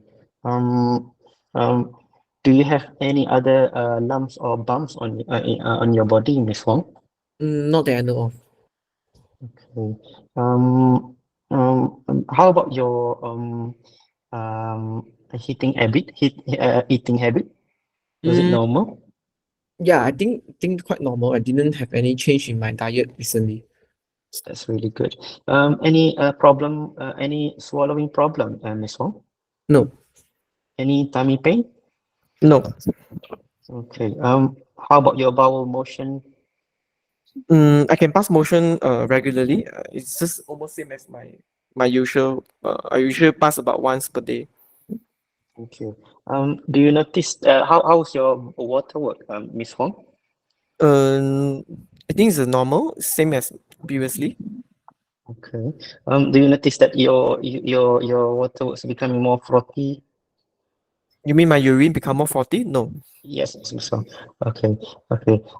Do you notice that yourself recently getting easily to get fatigue? Easily to get what? Sorry? Fatigue. Fatigue, yeah. Tiredness. Oh, okay. Okay, Not really. I don't really feel that much of tiredness. okay. Have you ever felt like numbness on your hands? No, Okay. Any shortness of breath, Miss Wong? no, Okay. Any leg pain? no, not pain. Okay. Has anyone noticed that you are becoming more pale, Miss Wong? No, Anyone told you that you're becoming more yellowish in color? no, Do you have any skin itchiness? no, Okay. Do you travel to anywhere recently, Miss Wong? no, Okay. Any chest pain? no. Okay. Are you currently on any medication, Miss Wong? May I ask you? Yeah, I'm on sulfasalazine, 1 gram twice per day. Okay. Okay. Can I know what's it used for? Yeah, I have rheumatoid arthritis, doctor, for more than 10 years now. Mhm. Okay. Where are you? I mean, are you on a regular follow-up for rheumatoid arthritis? Yeah. I was followed up by the private rheumatologist. Okay. And how's your symptom control? Did the doctor say anything about that? Actually, for the past 10 years, I never really have any joint pain or anything. So it was until this 1 month I start to feel the joint pain and it's so uncomfortable.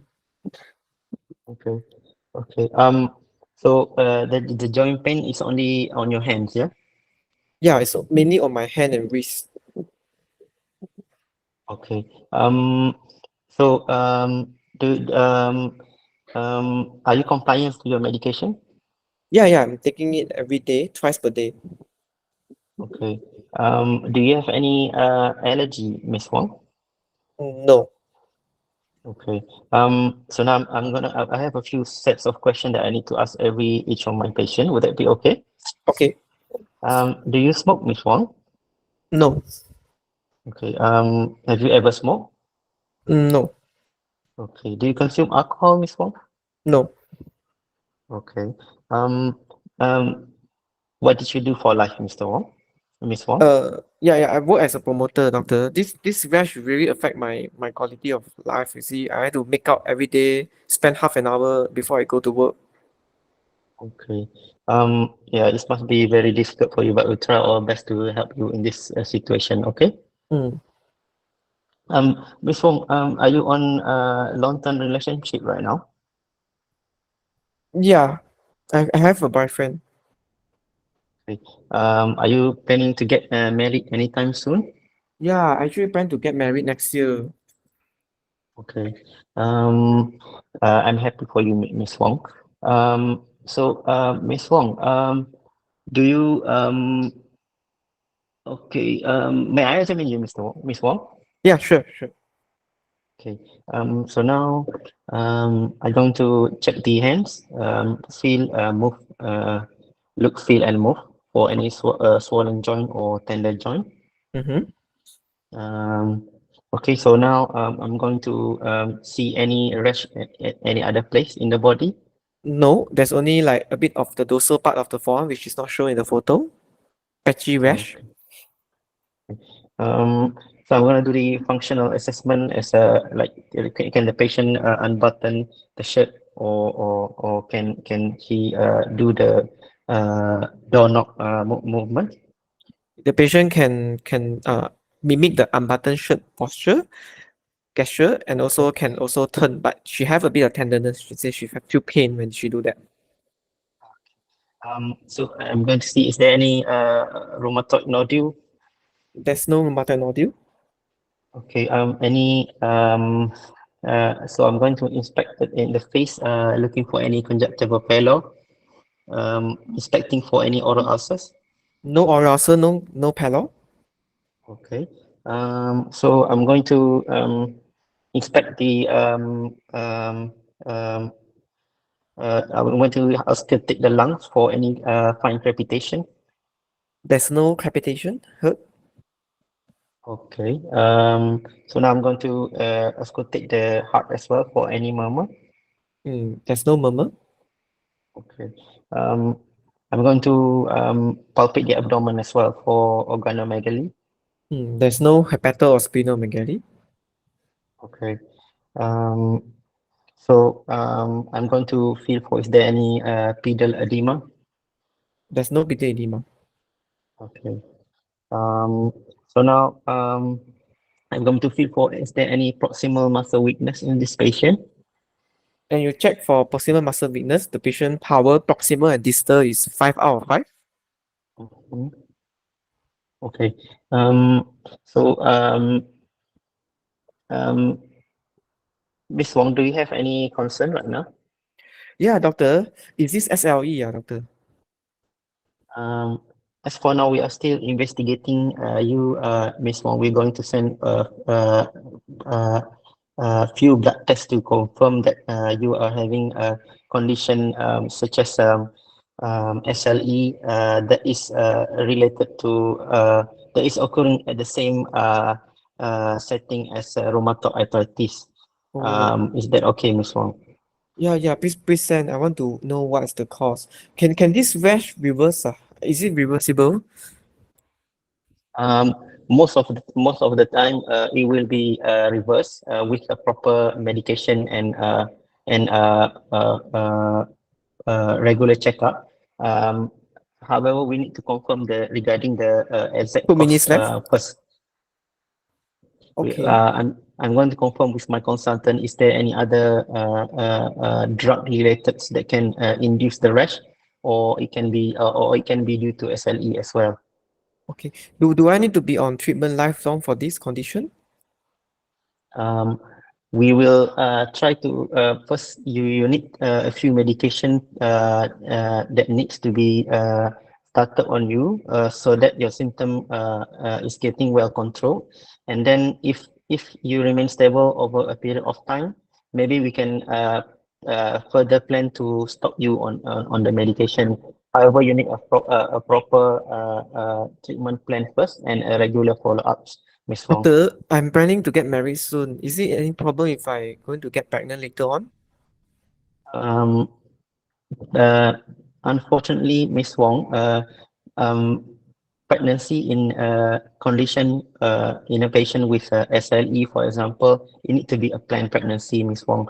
I'm glad to do another session, maybe along with your partner as well, to discuss regarding to discuss further regarding your planned pregnancy.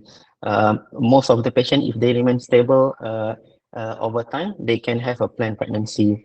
Is that okay, Miss Wong? Oh, okay. How long that I need to be stable, doctor? Um, I'm really not sure about that. I need to reconfirm with my consultant first regarding that. Would that be okay, Miss Wong? Yeah, okay. Can this be due to family disease? Usually, SLE is one of the where your it does not related to family.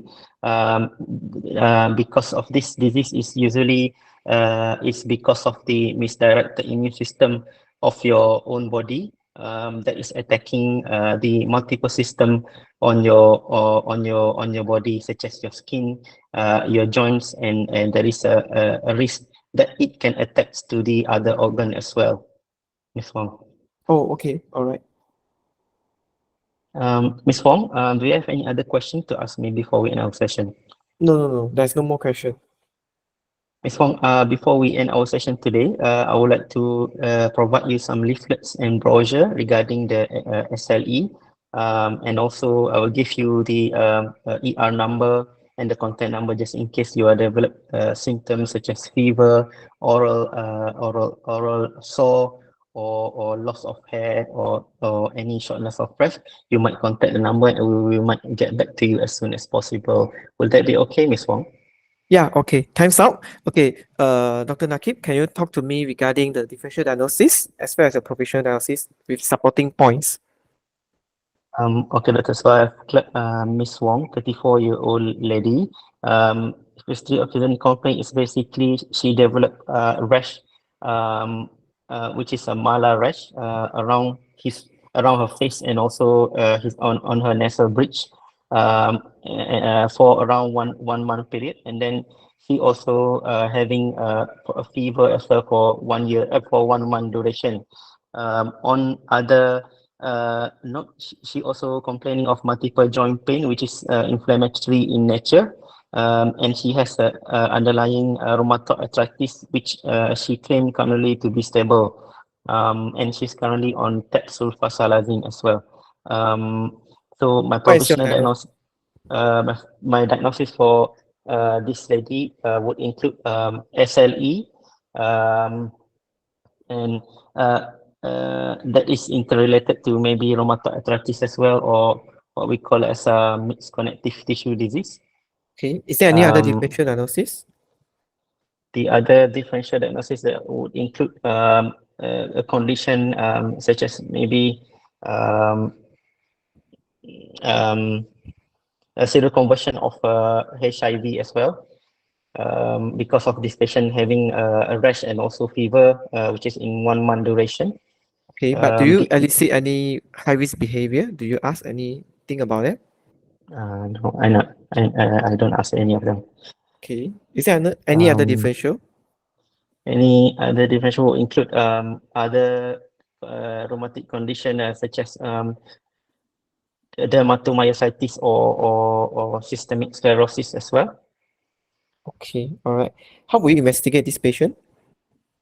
Of course, I will do a routine blood test such as a full blood count to look for evidence of pancytopenia. And I would like to send for renal and liver function test as well, and electrolytes level. And I would like to send for CTD screening such as ANA and extractable nuclear ENA as well, specifically looking at the anti-centromere and SCL70 for systemic sclerosis. And I would like to send for anti-RNP as well for mixed connective tissue disease, and inflammatory markers, CRP and ESR, C3, C4 levels, and maybe send for urine FME as well to look for proteinuria. I would like to send for myositis panel such as anti-Jo or CK levels as well. LDH also can be sent. And I would like, in terms of imaging, I would like to do X-ray of the hands, and I would like to do chest X-ray as well. And I would like to do a baseline echocardiography and lung function test as well for this patient. Okay, all right. How will you manage this patient? Um, Regarding the rash, maybe I can prescribe some a topical cream to be wear in this patient, especially at night. And during the day, maybe I can prescribe some sunblock for her as a cream, and appropriate analgesia as well for joint pain. And appropriately, if the patient had high grade fever, I should prescribe with paracetamol as well. And I would like to patient counseling and education is important as well. I would like to refer to physiotherapy and occupational therapy as well for this patient. If the patient had active disease, I might started this patient on tapering dose prednisolone, and might consider starting this patient on DMARDs as well, such as methotrexate. And I would like to refer this patient to respective rheumatology team as well. Okay, all right. Anything else you want to offer? Um, Patient mentioned that she is keen to get pregnant later on. I would like to arrange a further session with involving the maybe ONG team as well to have maybe a combined session with the patient and along with a partner as well to counsel regarding planned pregnancy and when we should allow the pregnant to be done. Okay, all right. Time's up. Okay, thank you, Dr. Lucky. How do you think about your performance? I would say Mm-hmm. maybe should ask more regarding the rash and also fever. Mm-hmm. Because a big focus on SLE because I saw the mala rash. Mm. Mm, Okay. Other than, I think your timing, I think you're quite fluent. You know what to ask. I can see you also screen for chronic tissue disease, but your screening is a bit. You learn yeah. you learn to ask the systemic review for the chronic tissue screening from other tutor before. Not really, doctor. Not really, right? Because the Mm-mm. question that you ask actually is there, but you need to be a bit more systematic. Okay. If Yeah. I'm going to ask the systemic review for CTD, right? First, I'm going to start off with any joint pain. Okay. Any joint pain, any joint stiffness, any change in your in your skin color, and you're exposed to different temperature, and any tightening of your skin, and then any change in terms of your nails, and then any rash. I will ask about that first. Then I will go to the neck and the back. Any neck pain or back pain. If not, then I go to the eyes first. Before the eyes, I go to the scalp and the hair. Right? I ask any excessive hair loss, any rash over your scalp area. Okay, then I go to the eyes. Any redness or grittiness over your eyes, any pain in your eyes, because that will suggest episcleritis or versus the uveitis, right? And another thing is that any rash over your face, and I can see that there's a rash over your face, over the cheeks. Is there any other place else? You can ask something like that. And then only then I go through the mouth. Any dry mouth or dry eyes, and then any mouth sores. And do you have any bleeding or any over your gums? And then subsequently you go to the neck, you ask about any neck swelling, any lumps and bump, that's fine. And any difficulty to swallow, any pain on swallowing, that will suggest of the scleroderma part, right? CREST syndrome. Okay. And then subsequently, only then you proceed to the chest, cardio, and respiratory. You ask about any shortness of breath, any chest pain, any difficulty on lying down with just one pillow, any sudden awakeness when you sleep, and any leg swelling. That will screen for the cardio already, right? And another thing you may want to ask for this kind of joint problem is actually the rheumatic fever. So you may want to at this point of time asking, have you been told to have any heart problem before, like infection in the heart, like such as rheumatic fever? Just like that. I mean, just a simple screening. Then after that, you go to the abdomen. Any change in the bowel habit, any tummy discomfort, pain, any tummy swelling, okay? And then you go to the GU, like which is a renal, any blood in your urine, any frothy urine, okay? Then after that, you go to the hemato. Don't forget about the hemato, but hemato part for female. I noticed this scenario, you didn't ask anything about 4P. Oh, female definitely Oh, at the yeah. reproductive age group, you need to ask about female history.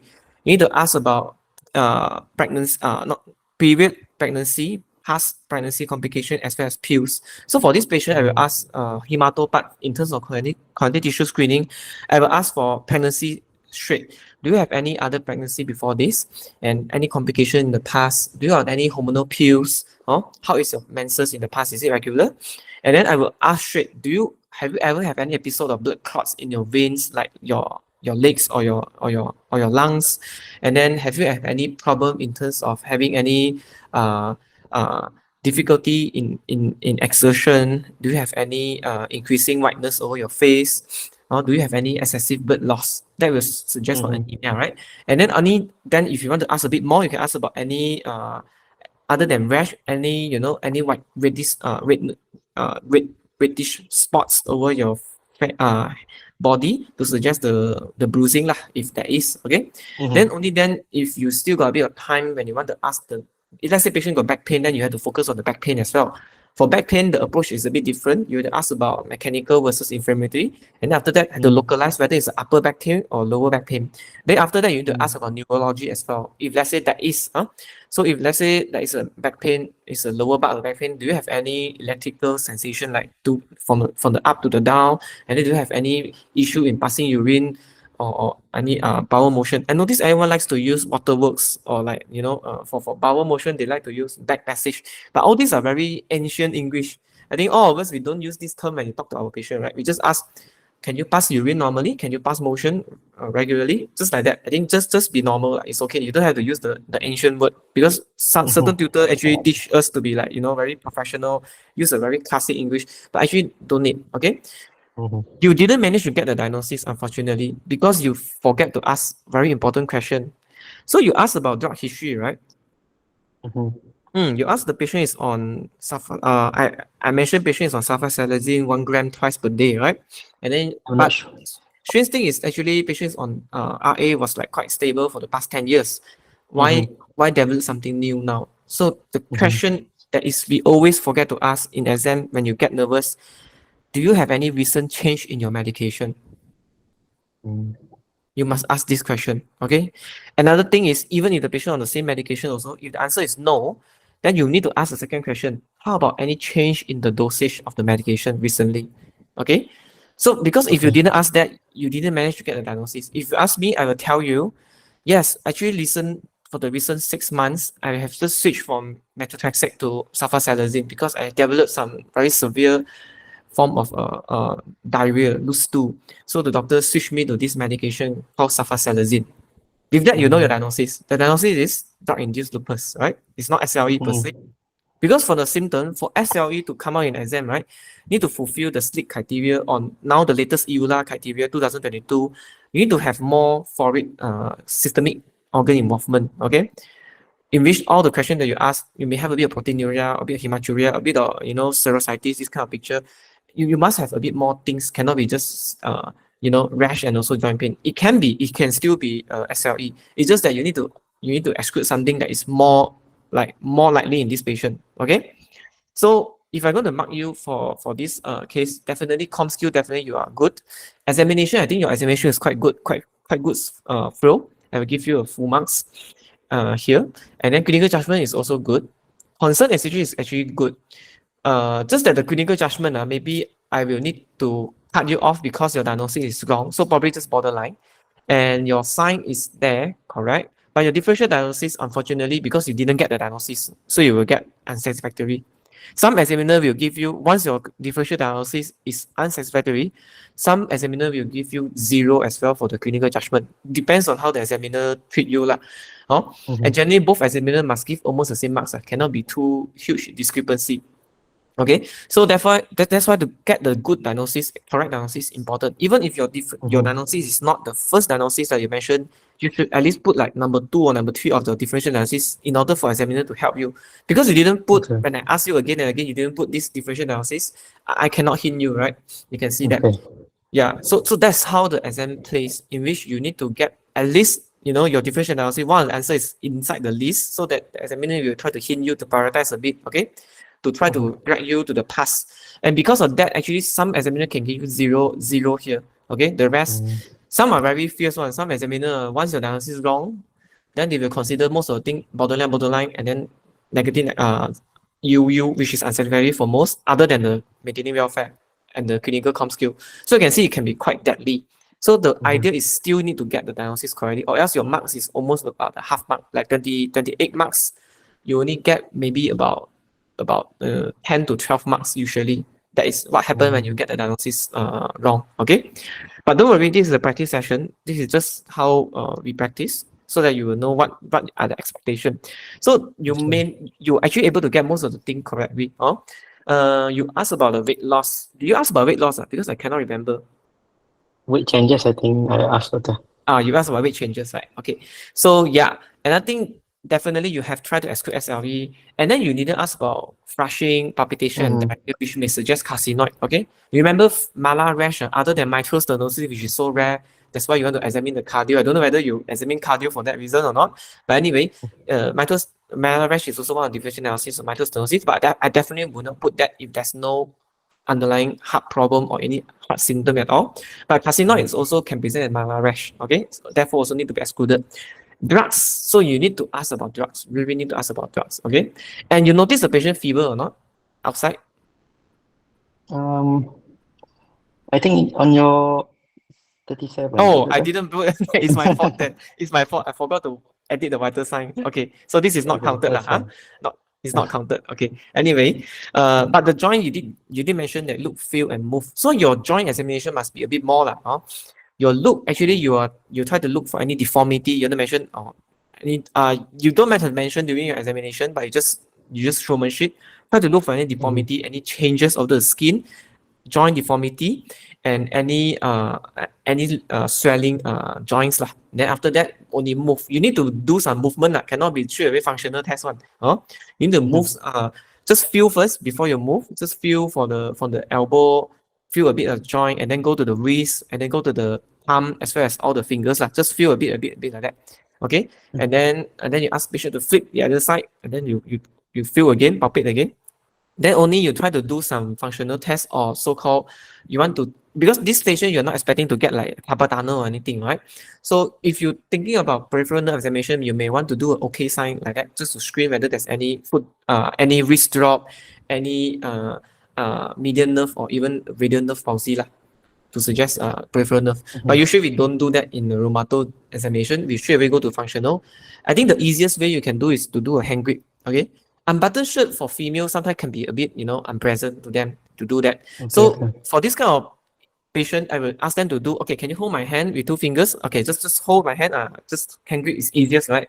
Can hold is one thing. And I think is, can you try to stimulate how you turn the key over the door? Just twist like that. Okay, it's another thing. And if you want another one more, if you think you are still not convinced that it's functional impairment, can you stimulate how you open a jar for me? Then they will definitely do. You don't have to unbutton. I think I feel a bit more convenient if it's a man patient. But for female to unbutton like that, I think it's a bit inconvenient. Okay? But having said that, it's always go to practice. You practice more, you try to avoid things that is a bit grayish and you don't want to, subject yourself to unnecessary issues. Okay? And yeah, abdomen you check, lung you check, also check. But this because you're suspecting drug-induced lupus or SLE, you need to check the neck for lymph node. This is definitely needed. Okay? You cannot, although patients say no lumps and bump, you still need to check. And yes, therefore the differential diagnosis can be lupus, whether it's drug-induced or SLE, can be carcinoid. Investigation, I think you mentioned most, but because of drug-induced lupus, you cannot manage to get a good clinical judgment because the specific antihistone antibodies is specific for that. Okay? In which, if you don't think of the diagnosis, you definitely will not offer this, right? Okay, so autoimmune screening, X-ray, skin biopsy may be needed in a situation that you're unsure of diagnosis. Okay, so actually, because of that, your clinical judgment didn't manage to get good marks because the diagnosis is wrong. Therefore, when you counsel, your counseling also can be wrong. Actually, drug-induced lupus can be covered. The answer is can be covered, but the recovery period tends to be very slow. And some can be over 1 year. So the idea is to, when the drug induce something, the idea is to stop the drug. Okay, stop the drug, inform the rheumato team to switch to another disease-modifying medication. And yes, you mentioned about the symptomatic good. I'm glad that you mentioned about the sunscreen, which is good. Sunscreen is something that not everyone mentioned. Any photosensitive rash, you should mention sunscreen protection. So topical steroid for the rash and NSAID for the joint pain. And sometimes for drug-induced lupus, you do have to start hydroxychloroquine as a backbone to kind of like, if let's say you're thinking that there can be some internal organ involvement, because drug-induced lupus can actually become a full-blown SLE later on without immunosuppression. Some patients may develop that, but there's no predictor like what are the things that positive that can predict the conversion of this drug-induced lupus to a full-blown SLE. Most patients does not, but some patients did become SLE later on. So this is something also we need to be careful when we counsel them. But generally the idea is the shorter the exposure, then the less risk to develop. Okay. And then the question all you answer quite well. I think no problem. Okay. Do you have any other question? Yeah, I'm quite hesitant in the first place because in the concern I mentioned that this might be due to drug induced actually, but I'm not whether sure where it's so fast, I think can be caused. Yes. Your At least problem lupus or is not? you commit too fast. Okay, okay, doctor. You shouldn't commit. You just mentioned that SLE is a possibility. However, there's also other possibility that I need a further workout as well in order to confirm. But it's also Okay, doctor. because for this scenario, you didn't manage to get the drug change. Mm-hmm. Okay. If Mm-hmm. you're able to Mm-hmm. get the drug dosage, I mean the medication was switched to sulfasalazine, Yeah. definitely you won't miss this. And Mm-hmm. Mm-hmm. have you been in rheumato clinic before this? Yes, doctor. Yeah. Do you know that there's a practice in rheumatos field that usually for any kind of joint disorder, like for example, the commonest being the rheumatoid arthritis, right? We always look at the ANA title before we switch patient to any immunosuppression. Do you notice that? Mm-hmm. So in any patient that is have a title of like 1 to 80 and above, you will not switch to sulfasalazine because we know that I the risk to see. develop drug-induced lupus is high.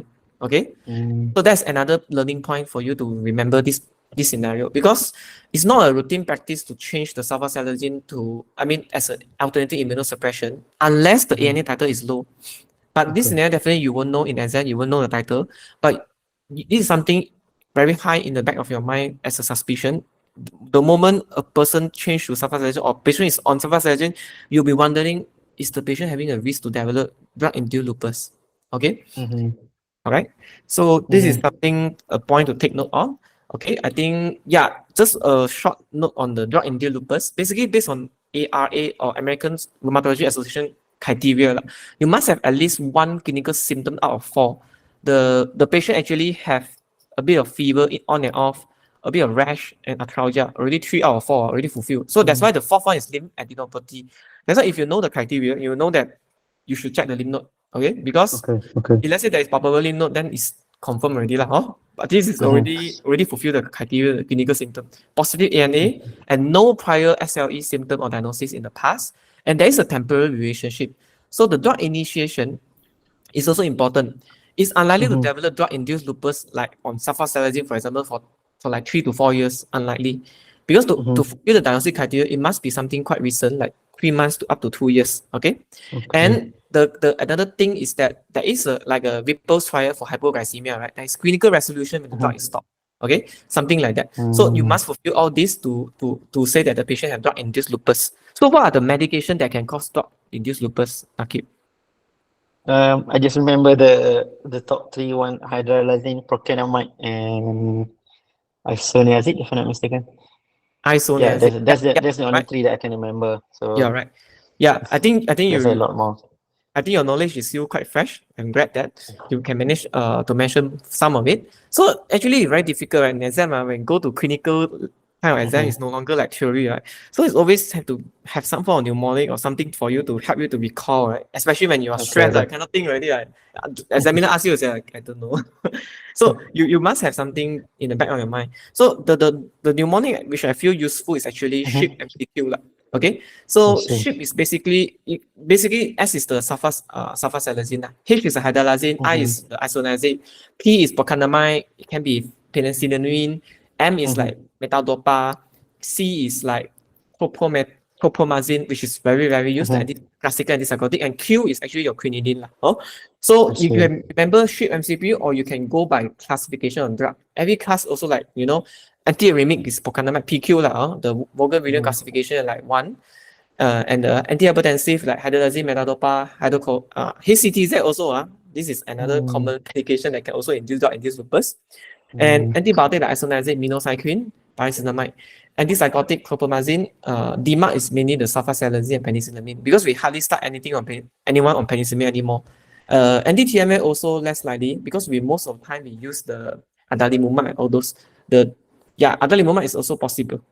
Okay, but you can see that the high one is the one that we need to watch out a bit. Procainamide, moderate also hydralazine. Okay, and the ACE is also possible, but the risk is very, very low. Sulfasalazine is actually low, but let's say patient ANA title is actually more than 1 to 80, then the risk become high. Okay, so this is something also good to take note. Okay, that's all. Okay. All right. So we will go to the fourth candidate. Thank you so much, doctor. Thank you. All right. Fourth candidate is Chiu. Chiu, are you there? Yes, I'm here. Yeah, I can't hear your voice. Can you hear my voice? Yeah, I can hear. Can you hear my voice? Yeah, good. Your voice is loud and clear now. So you are prepared for the fourth scenario? Yes. Okay, so I will give you 4 minutes as usual, just like others. Your time will start now.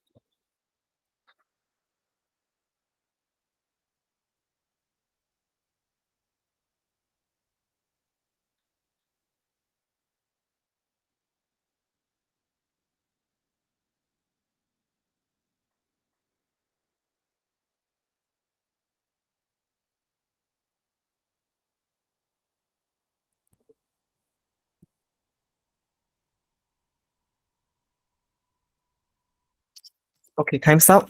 Dr. Chu, are you ready? Yes. Okay, so this is the patient, Mr. Ahmad. You can start now. Hi, good evening. You have to speak louder or closer to the mic. Hi, good evening. Am I speaking to Mr. Ahmad? Yes, I'm Ahmad. Hi, I'm Dr. Chu here. I'm the doctor in the medical clinic. I received a letter that saying that you have been having this hypoglycemic. Can you tell me more about this? Sorry. What was hypoglycemic? I don't know. I mean, sorry, low sugar. Can you tell me more of that? Oh yeah, doctor. Don't know lah. For the past 3 months, I feel very shaky. My hands and whole body is shaky, and then I also have a lot of sweating, and sometimes I feel agitated, and I also get hungry easily. All this has been happen intermittently for every day, and then this thing have been going on for almost 3 months now. All right. Can I ask, does it happens suddenly or gradually? it it it happens suddenly, but it's not like very frequent. But slowly it gets worse, and it almost always happen every day. And it usually get worse after I eat something. All right. Okay. Um, this symptom has been for the past 3 months. So is it getting worse? Yeah. Like I mentioned previously, it's not frequent, not like 3 or 4 times per day. Now it's like 3 or 4 times. Previously, like maybe 1 or 2 times only. Okay. So per day you get 3 episodes. Am I right? Yeah, 3 to 4 episodes. Okay. So you get sweatiness and shakiness, and do you have like any episode of like fainting? So far no. I try to load myself with a lot of sugar when every time this thing happen. All right. So is there any particular timing that this episode happened? Like I mentioned, it get worse. It also occur more often after I eat something. Like after breakfast, probably like half an hour or 1 hour, I will feel like I want to faint and sweaty like that. Okay. Do you feel racing and pacing of the heart? Yes, when I experience those episodes. Okay. Do you feel dizziness? Yeah, Okay. So is there any resolution of your symptom after you being given some sugary drink? yeah. I feel after if I drink or eat something sweet, it gets better a bit. But the problem is, doctor, it come back again. That's the thing that really worried me. Okay. Did you happen to check your sugar during the episode? No, I don't have any machine to check. All right. Sure. Okay. So before this, is this the first time happening to you? Yeah, I mean, for the past 3 months, it's happening on and off and getting more frequent. But 3 months before, I was really normal. I don't have any such symptom. Okay. Okay. Can I ask, do you have anyone commented that you become more darker, your skin? No. Okay. Any fatigue? Tiredness. Yeah, I do feel a bit tired lah, usually after all this thing happen. But if I in between, if I feel okay, I don't feel much tiredness. All right. Do you have any weight changes? Yeah, I think I lost a couple of weights recently. In the Okay. recent 3 months, I have been like losing weight, doctor. Do you know how much you lose? I think previously I'm about 70 kg. Now it's about 65. 70 or 65 in the past 3 months, is it? Yes, for the past 3 months. Okay. Do you have how's your appetite? Yeah, I always feel hunger, so my appetite is always good. But because of this thing and that, I sometimes may feel a bit lesser to eat. I try to eat as much as I can lah. Okay. Do you have any rash, spot, or pigmentation on your body? No, Any joint pain? no, Okay. Any oral sores in your mouth? no, there's no mouth sores. Any white patches in your mouth? No, Okay. Do you have any fever, fever? no, Okay. Right. Do you have any cough for a very long time? No, I don't have cough. Okay. Do you have any unresolved infection or like repeated hospitalization No, recently? no. Okay. Okay. Do you have any diagnosed medical condition in the past? Yeah, doctor, I have overactive thyroid disease. It was diagnosed about 4 months ago. Like. So you can see that I actually got a bit of neck swelling as well. So I was Mm. started on, the doctor told me that my thyroid function is slightly on the high side. So they started me on carbimazole, the medication. I have to take about 4 tablets per day, about 20 mg All right. For the past 3 months, is it? for the past 4 months.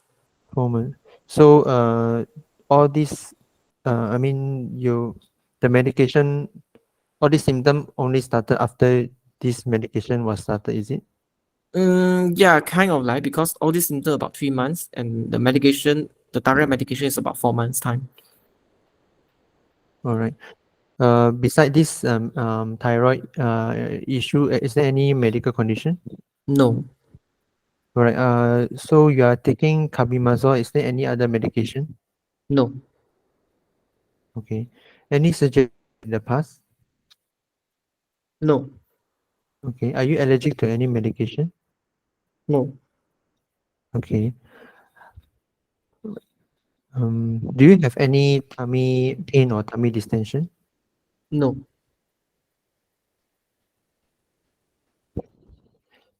Any headache? no, Okay. Any change in your vision? no.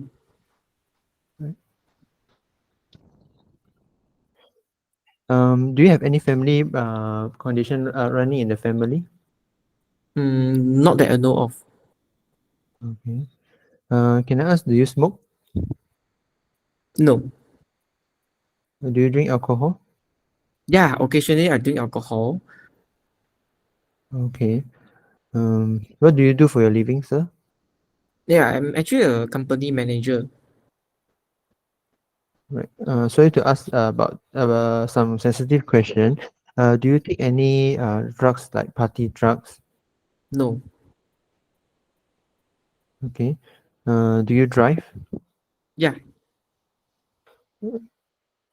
Okay. Right. So can I ask a few more questions? Do you have any problem with your swallowing, no. or is there any vomiting, like repeated vomiting? Not really. Okay. Can I ask the carbimazole? Are you taking the correct dosing? Yeah. I'm taking correct dosing. Four tablets. Each tablet is 5 mg. The doctor tell me clearly also. Okay. You are taking once a day. Am I right? Yes. Okay. Right. Um. So. Uh.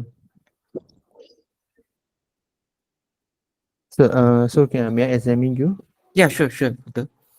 Okay. First, I would like to check the hands. Mm-hmm. Is there any tremor? There's no tremor. Yeah. Is there any finger clubbing? No carving. Any so I'll move on to the face. Is there any signs of thyroid or ophthalmo uh, of exophthalmos? There's no exodermis. Any lid lag? No lilac. Okay.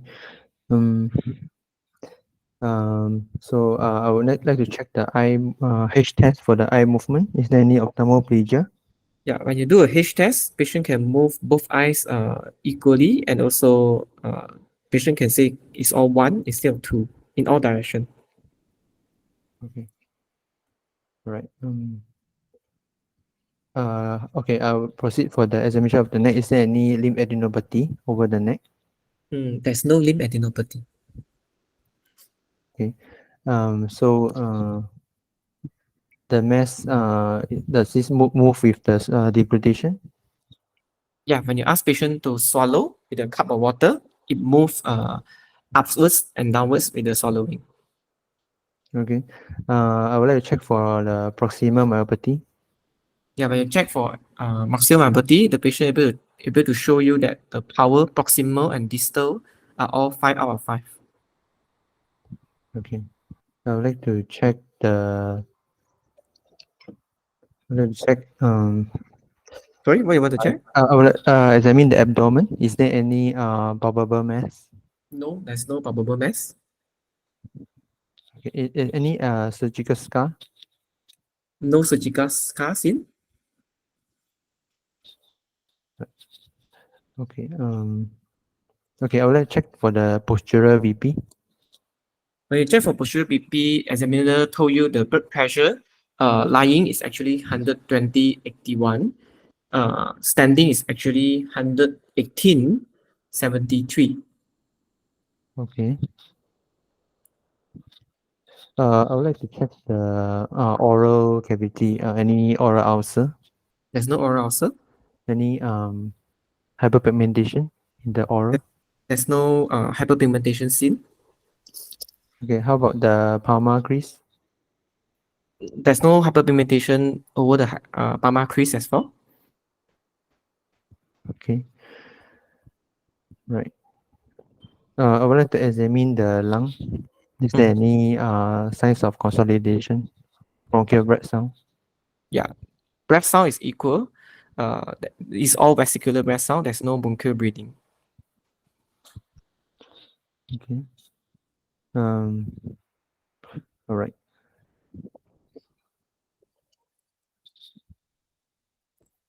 Okay.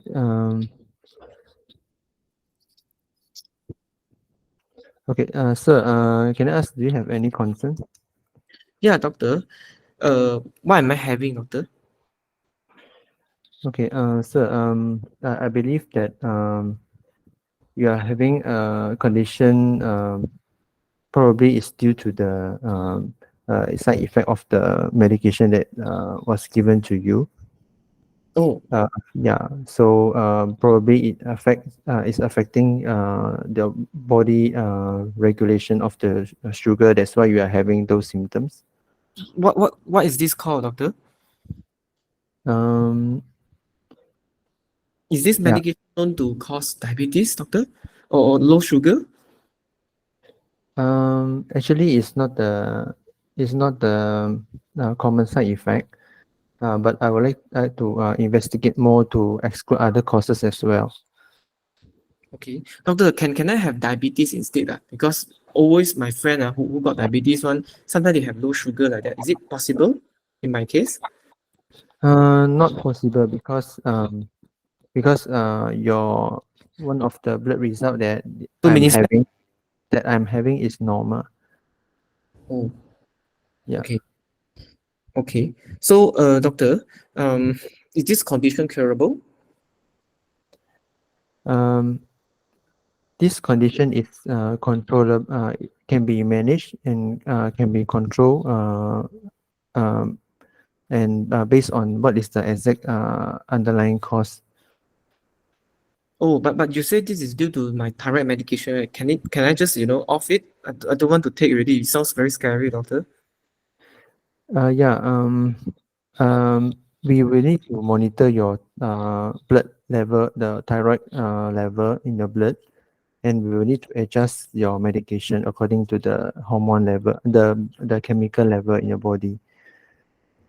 So yeah. Yeah, can this be due to some form of cancer, doctor? I'm very worried. Um, I would make sure that we will investigate for that. It is possible, but for now, at this moment, I cannot. We will need further investigation to confirm about it. Oh, okay. So not very sure whether I got cancer or not, doctor. Because I also very significant weight loss. I'm very worried, doctor. Yeah, we will make sure that we will make sure we will investigate for that for this as well, to make sure that if anything is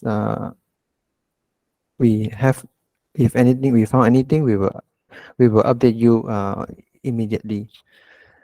Okay, doctor. Okay, time's up. Dr. Chu, would you mind to go through list of possible differential diagnosis and your provisional diagnosis for this patient? Okay.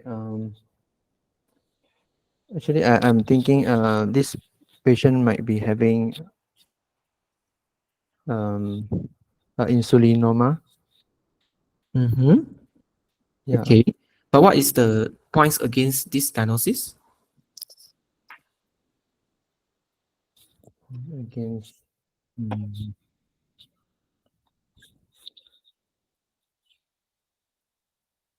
Okay, never mind. Any other differential diagnosis? mm, Probably recurrent hypoglycemia secondary to um some chronic pancreatitis. Oh, chronic pancreatitis, but patient never have any symptom to suggest that, right? Yeah. Mm-hmm. Any other differential? Differential can be at least can be due to the uh, um, probably secondary Addison disease. I mean secondary. You mean hypocortisolism, be it Yeah, primary, secondary? yeah, secondary You why hypercortisolism. why do you think it's like secondary? Because patient doesn't have features of primary. That will include. Um, they will include yeah, the hyperpigmentation, Mm-hmm. postural hypotension. Mm-hmm. Okay. Yeah, and Okay. All right. So, how would you investigate this patient? yeah, I would actually I would like to check for the full blood count to make sure the patient is not having anemia because it will affect my HbA1c result. Okay, good. And I would check for the liver function test to exclude patient doesn't have any liver disease that causing the recurrent hypoglycemia. Okay. Yeah, and I would check his thyroid function test and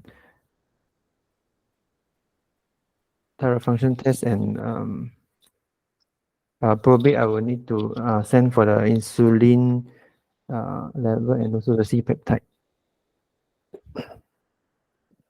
Oh, okay. Any other thing? What is the what are the idea of sending all this workup?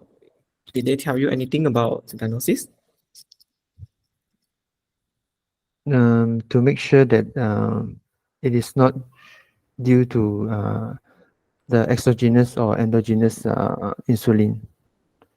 Mm-hmm. To differentiate, yeah. You have mentioned C peptide insulin level. Is there anything else you want to say that can help you to localize or differentiate? Probably a 72 hours fasting test. That is for but there's no role to do 72 hours fasting test when there is already a hypoglycemia documented, right? Mm, mm, yeah. Mm-hmm. So any other tests you want to send that can help to localize or have your differentials? Yeah. Morning cortisol level. Okay, good. To Because rule out adrenal insufficiency, right? Okay. yes. Anything else? Also, renal function test to look for the sodium and potassium. Okay. Anything else? Um, I would like to screen for malignancy, sending for the tumor marker, Hmm. CA 199. Okay. All right. How will you manage this patient? I would like to manage this patient non-pharmacological approach, including education and counseling for hypoglycemia and um, and also involving the disciplinary team, including endocrinologists and Mm-hmm. yeah, by follow up him in the endocrinology clinic. With the close monitoring of the thyroid function and also to investigate the underlying cause for the thyroid function thyroid disorder. Yeah, time's up. Okay, you didn't target the sugar. Or the sugar is the main point, right? The hypoglycemia in your management. Oh yeah. That's the main idea, right? I mean, the chief complaint is symptomatic recurrent hypoglycemia. So you should at least mention something like, make sure the patient started on infusion, dextrose infusion, check the sugar regularly, even if you cannot get the diagnosis, right? Yeah, I have to say that this is perhaps the hardest scenario for tonight. Unfortunately, you are the lucky one or unlucky one. Okay. But I can see that you're smart because you know that something is off and you dare not commit your diagnosis. Why do you think this patient cannot be insulinoma?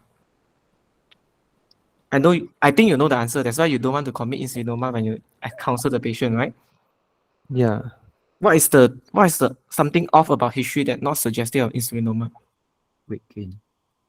Sorry? Weight gain. Yeah, the patient having weight loss, right, instead of weight gain. Yeah. Because we know that insulin can cause weight gain. So high level insulin definitely will cause weight gain. But why weight loss, right? So you can explain this fact. So initially it sounds quite simple, saying that, hypoglycemia, this one maybe man one or maybe insulinoma or maybe some form of adrenal insufficiency lah, or maybe drugs or liver or alcohol. But you did not ask me about my alcohol unit intake, how many units per week. You asked me, do you drink alcohol? Yes, I do. Yeah, I want to answer you already, but you didn't mention. So I said, okay, never mind. So even if you ask me, I would say that actually I drink about 10 units per week. So it's not danger, right? Yeah. No more than 14. Yeah, no more than 14, right? Be it female or male. So it's like appropriate kind of like alcohol consumption. So back to this, yeah, but you are very smart. You sense something wrong in relation to carbimazole, right? But you cannot explain why, because out of all the side effects documented by thionamide, which is a carbimazole, didn't mention anything about hypoglycemia, right? Yes. Unless you're thinking of like acute liver failure, patient is very ill, jaundice, and encephalopathy, then hypoglycemia is something because of the reduced synthetic function, right? But this patient is quite well, and you cannot explain what is the relationship between carbimazole and this recurrent hypoglycemia. But you know that there's something relation to the medication, right? Anyone got any idea of what we are dealing with this scenario? I think everyone in your position also very stressed. Can I try? Sorry, what? Can I try? Yeah, sure. You want to try what? What's the diagnosis? Could it be because of correcting what you call it, correcting thyroid without correcting cortisol? Not really, because Not the patient thyroid status is actually euthyroid. Patient is started on carbimazole, and then when Chiu examine the patient, actually it's relatively euthyroid, right? Chiu, you agree, right? From your clinical and your euthyroid, right? So patient cannot went into so-called adrenal insufficiency because of the so-called hypothyroid, or even up to thyrotoxicosis, up to the storm part that you need to replace the hydrocortisone first. So unlikely to explain the low sugar. Okay, so this is actually a very new scenario which I created, but this scenario is actually important because I think more and more staff are coming over, and we really need to recognize and keep ourselves abreast with the latest disease as well as the condition. Okay, this is definitely not an easy scenario. Even if I'm in your position, if I don't know about this condition, I will not get the diagnosis correctly. Okay, have you heard about autoimmune insulin syndrome? Have you heard about this term before? Haven't, right? AIS, autoimmune insulin syndrome. So this AIS, I will tell about you all in detail, but this is something you all need to recognize because it may sound very foreign and very new, but bear in mind that actually this condition is not as rare as it was reported, because it's frequently missed and it get resolved by itself. It's actually a self-limiting condition which usually resolved by 3 to 6 months. Sometimes a person that have non-diabetic patient that suddenly develop multiple episode hypoglycemia without any obvious reason, you have ruled out adrenal insufficiency, you have ruled out some form of insulinoma based on your hypoglycemic workup, and you still cannot explain why. And this is the condition that you need to suspect. Okay, so why patient develop autoimmune insulin syndrome is because of carbimazole. Carbimazole contains a sulfonylurea group, which is one of the medication that can induce so-called autoimmune insulin syndrome. So autoimmune insulin syndrome actually got two different types. One type is actually the autoantibody that targets to the insulin itself that causes what happened that we're going to tell next. But the second type is actually what we call as type B insulin resistance syndrome, in which the insulin, the antibody actually instead of targeting the insulin, it targets on the insulin receptor, causing increase in the insulin resistance. But this kind of type B insulin resistance syndrome tends to be more of uncontrolled or difficult to control sugar instead of hypoglycemia. However, both also can occur. But generally, if this is the condition, you won't expect the HbA1c to be like 4% or things like that. So another anxiety, this is actually a new anxiety in the realm of diabetes, and also a realm of non-diabetic patient that develop hypoglycemia. So that's why to me, I think it's important for us to go through this condition. Okay. So I won't go through this. Unfortunately, I have to say very, very sorry, because this is just a way for me to introduce this condition. It's not fair for me to mark you with things that not mentioned in my notes or not mentioned by most of the books that was mentioned before. But I think this can come out because this is the new anxiety. So you have managed to get most of the symptoms, and the clue is actually the postprandial hypoglycemia. Chiu, do you know what is the difference between postprandial hypoglycemia versus fasting hypoglycemia? Do you know any difference? I'm not sure. Not very sure, right? Yeah. So usually fasting hypoglycemia, right, and postprandial hypoglycemia can occur in any patient with severe hypoglycemia syndrome. Okay, but generally, if you think to make it simple, the initial presentation, usually the fasting hypoglycemia is due to those very high insulin level, or like for example, sorry, not that high insulin level, like for example, some form of insulin resistant or some form of things that trigger the insulin production. And actually, you'll be surprised that insulinoma is actually a condition that persistently high insulin secretion, but it's not that high. Okay, we are talking about less than 1,000. So the the value less than 1,000 is not very, very high, but it persistently secrete this insulin. So this condition, fasting hypoglycemia, tends to be caused by those insulinoma, those long or intermediate insulin, like Tojo, and then long-acting sulfonylurea, like for example, Ricazide, MR kind of version, okay? And also a condition what we call as what we mentioned just now, type B insulin syndrome. But postprandial hypoglycemia tends to be caused by insulin autoimmune syndrome, as well as beta cell hypertrophy. So beta cell hypertrophy, the sophisticated name is what we call as nephrodystrophy. But actually, essentially, it means that if the patient underwent any form of bariatric surgery, like very severe, those gravin, everything gone already. The bariatric surgery was done, and then the insulin production cell, which is the beta islet cell, will actually go into hypertrophic state. So the beta cell hypertrophy actually is the one that after triggered by. So what happened? What is the difference between these two? Is that postprandial meaning you have taken a meal, so the sugar is high. There's a surge in the sugar, and this surge in the sugar that actually trigger abnormal high production of the insulin instead of like fasting until insulin is supposed to be suppressed, but in this condition the insulin is high. So that's the differentiating point. And another thing is, let's talk about a bit on the workout for hypoglycemia, recurrent hypoglycemia. What is the role for us to take insulin, proinsulin, and C-peptide? You mentioned what the differentiate is exogenous or endogenous production, right? So let's say it's an endogenous production. What is the reading that you're expecting for these three? The C peptide will be, if it's endogenous production, C peptide will be high. Okay, good. How about proinsulin?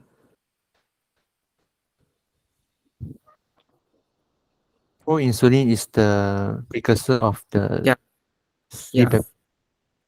No, So not C-peptide. It's insulin. It's insulin. Insulin, it will be high also. Yeah, correct. So for serum insulin, definitely going to be high in hypoglycemia. There's no question to it. So the proinsulin is the precursor of insulin. It should be high in endogenous. And C-peptide is also important for us to know about C-peptide. So C-peptide is actually being cleaved off together with insulin. From pro-insulin become insulin and C-peptide, right? It's a cliff-off product. So actually, they both should be secreted in an equal molar amount. Okay, they are count by molar, right? Millimole, things like that. So so they should be equal. But the problem with insulin and C-peptide is their half-life. Okay, so what happened is that insulin half-life is very short. We're talking about 5 to 10 minutes of half-life in the circulation. But C-peptide, you're talking about 35 to 40 minutes of half-life. So meaning to say, if you put two chemical into the blood, right? So which one is going to be low after 5 minutes? Definitely the insulin, right? We see peptide is still high, right? So if you measure the insulin to C peptide ratio, it's definitely going to be low, which is usual ratio cutoff we use is less than 0.1. So usually that is the usual thing. So in which the insulin to C peptide ratio will be less than 1. Less than 0.1. Okay. So that's the usual case. But there's occasion that if the insulin production is autonomous and uncontrolled, in which the insulin cannot be cleared off from the circulation because it persistently is either being over secretion or it binds and unbinds again and it still remains in the circulation, that makes the insulin half-life to be longer and longer, and the bioavailability is also longer. And that is the one that will cause the ratio to be reversed, which is insulin to C-peptide ratio more than 0.1. So this is one of the rare conditions that can cause this ratio to be reversed, which is the autoimmune insulin syndrome. And there's also second condition as exogenous insulin use can also cause this ratio to be more than 0.1. Okay, so this is how we interpret.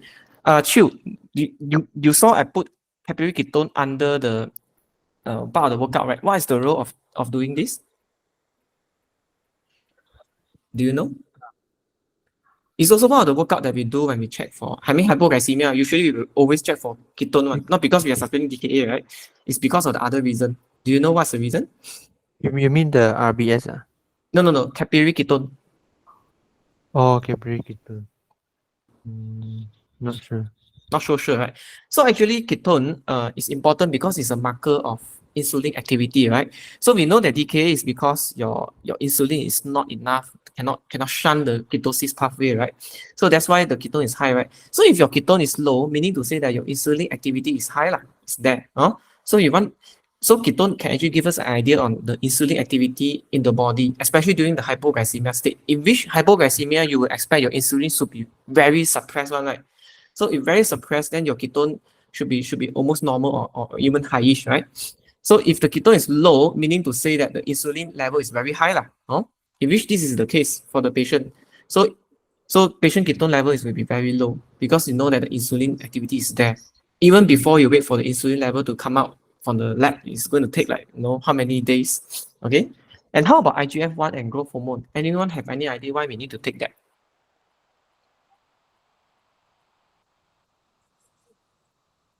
Don't know. Chiu, do you have any idea? I'm not sure. Okay, Hi, so doc. sorry, what? Yeah, hi doctor. Is it one to screen for man one, is it?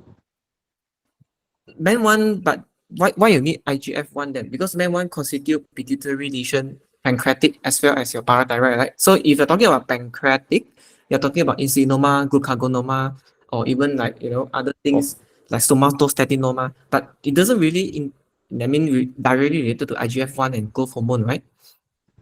Yeah, true, doctor. So anyone knows what is the reasoning for doing IGF-1 and GH in a hypoglycemic recurrent patient? I mean, just a question of discussion. It's not to test like everyone, because I know that maybe not many people exposed to this kind of interpretation and the order of test. So probably I'll just mention. So actually, this tool is actually to look for different things. It's definitely not insulinoma or anything. So this is actually to look for what we call as insulinoma is like a tumor that secrete the insulin, right? How about those and this insulinoma is actually produced by the islet cell. So there is also another entity of the cancer that is producing the insulin, but not from the beta islet cell, what we call as non-islet cell producing tumor. Okay, so at those the short form is actually NIRCH. But basically this form of ectopic production of the insulin from the other cancer can actually cause this IGF one level to be low and GH to be suppressed because it secretes something very special called IGF-2. And this is actually what we call as big IGF-2. It's very complicated. I don't want to bore everyone with the details, but just an idea, you all can have a read because I'm not going to discuss here, not the main point of discussion. This is another level. So basically, it's also a form of workup to check for non-islet cell hypoglycemic tumor. Okay, so AN cortisol is another test that is important to look for adrenal insufficiency. And in order to diagnose autoimmune insulin syndrome, you need the insulin antibodies as one of the criteria. And then the remaining thing, Chiu already mentioned. And you want to look out insulinoma or pancreatic mass, things like that, definitely you need to do imaging. However, having said that, most of the insulinoma or this pancreatic lesion is less than 1 cm. So the CT or MRI or even EUS may not be suitable to look at it. You may need a special test. But Chiu mentioned something very interesting that I think is also worth for discussion. Chiu, you mentioned about 72-hour fasting test, right? Yeah. So is the 72-hour fasting test indicated for this patient? So meaning my question is asking, what is the contraindication to do a 72-hour fasting test? Contraindication.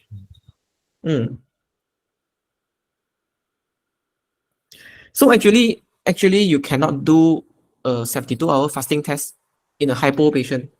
This is definitely a no-no. Okay. So a person that is hypoglycemic, you cannot do 72-hour fasting test. Patient is already hypo. You're going to fast the patient, more hypo, and the patient will RO already in the next thing. Okay. It's very dangerous. You cannot do. The indication to do 72-hour fasting test is when the sugar is normal and you want to induce hypoglycemia. And therefore, you only do 72-hour fasting test. Just fast the patient for 3 days, basically. Okay.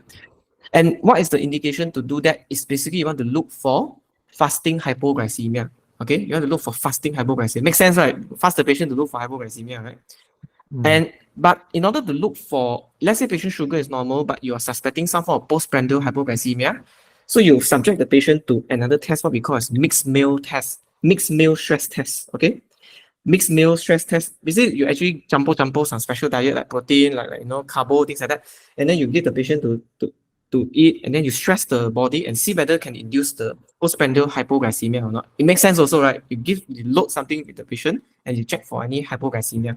So these two tests can be carried out if patient sugar is normal. If sugar is low, there's no point to do and it's contraindicated. Okay, so have to be careful when you say that. When you say this 72-hour fasting test, I know that your knowledge is good. It's just that you have to apply at the correct place. Okay. So this patient, why I will get back to you all, why actually developed autoimmune insulin syndrome. It's actually documented, well documented in the literature. I didn't create this connection. It's actually a known case. So for autoimmune insulin syndrome, you have to remove the culprit. Sometimes the culprit is due to other associated autoimmune disease. Okay, and you have to make sure that the patient avoid a certain spike of high sugar level, avoid a certain spike of insulin. Therefore, you need to counsel for small, frequent, low carbo meals, and then you can start the patient on a bit of acarbos to reduce the the enteric, the GI absorption of the glucose to avoid the sudden surge of the sugar and therefore the insulin. And you may try the patient with some form of glucocorticoid to reduce the production of this auto antibody towards the insulin. And the rest is actually like immunosuppression, somatostatin.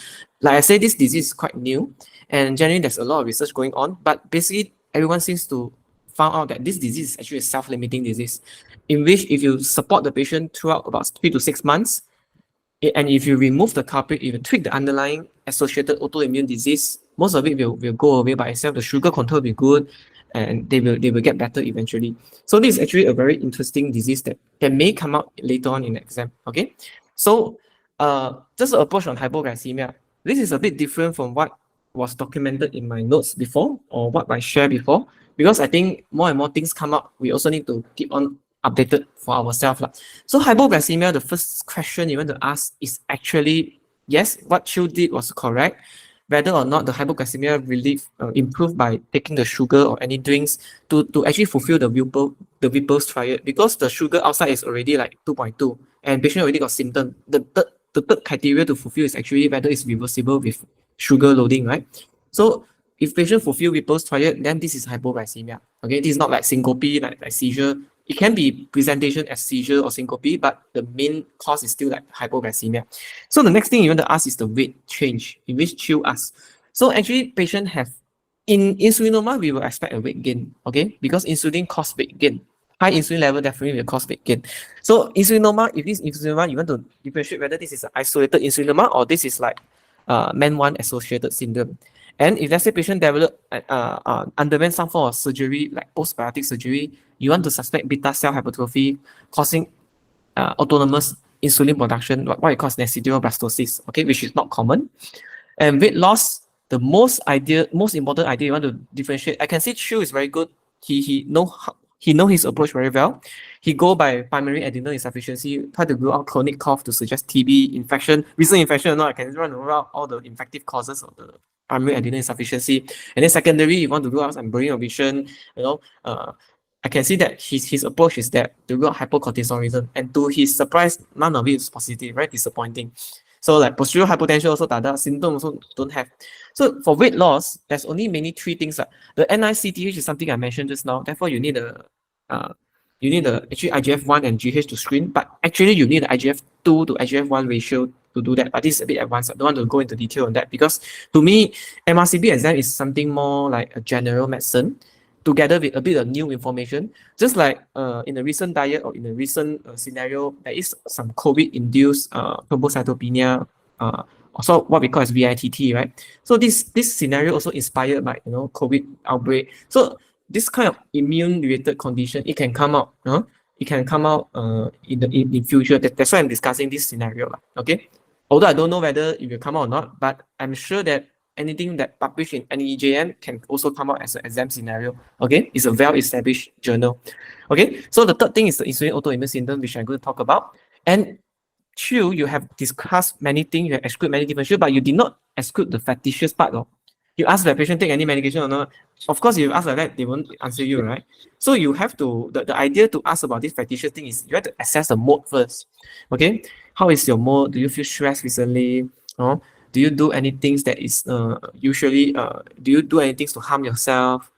Sorry to ask this question. You have to ask like gently like that, only then the people will tell you or else you ask you say no.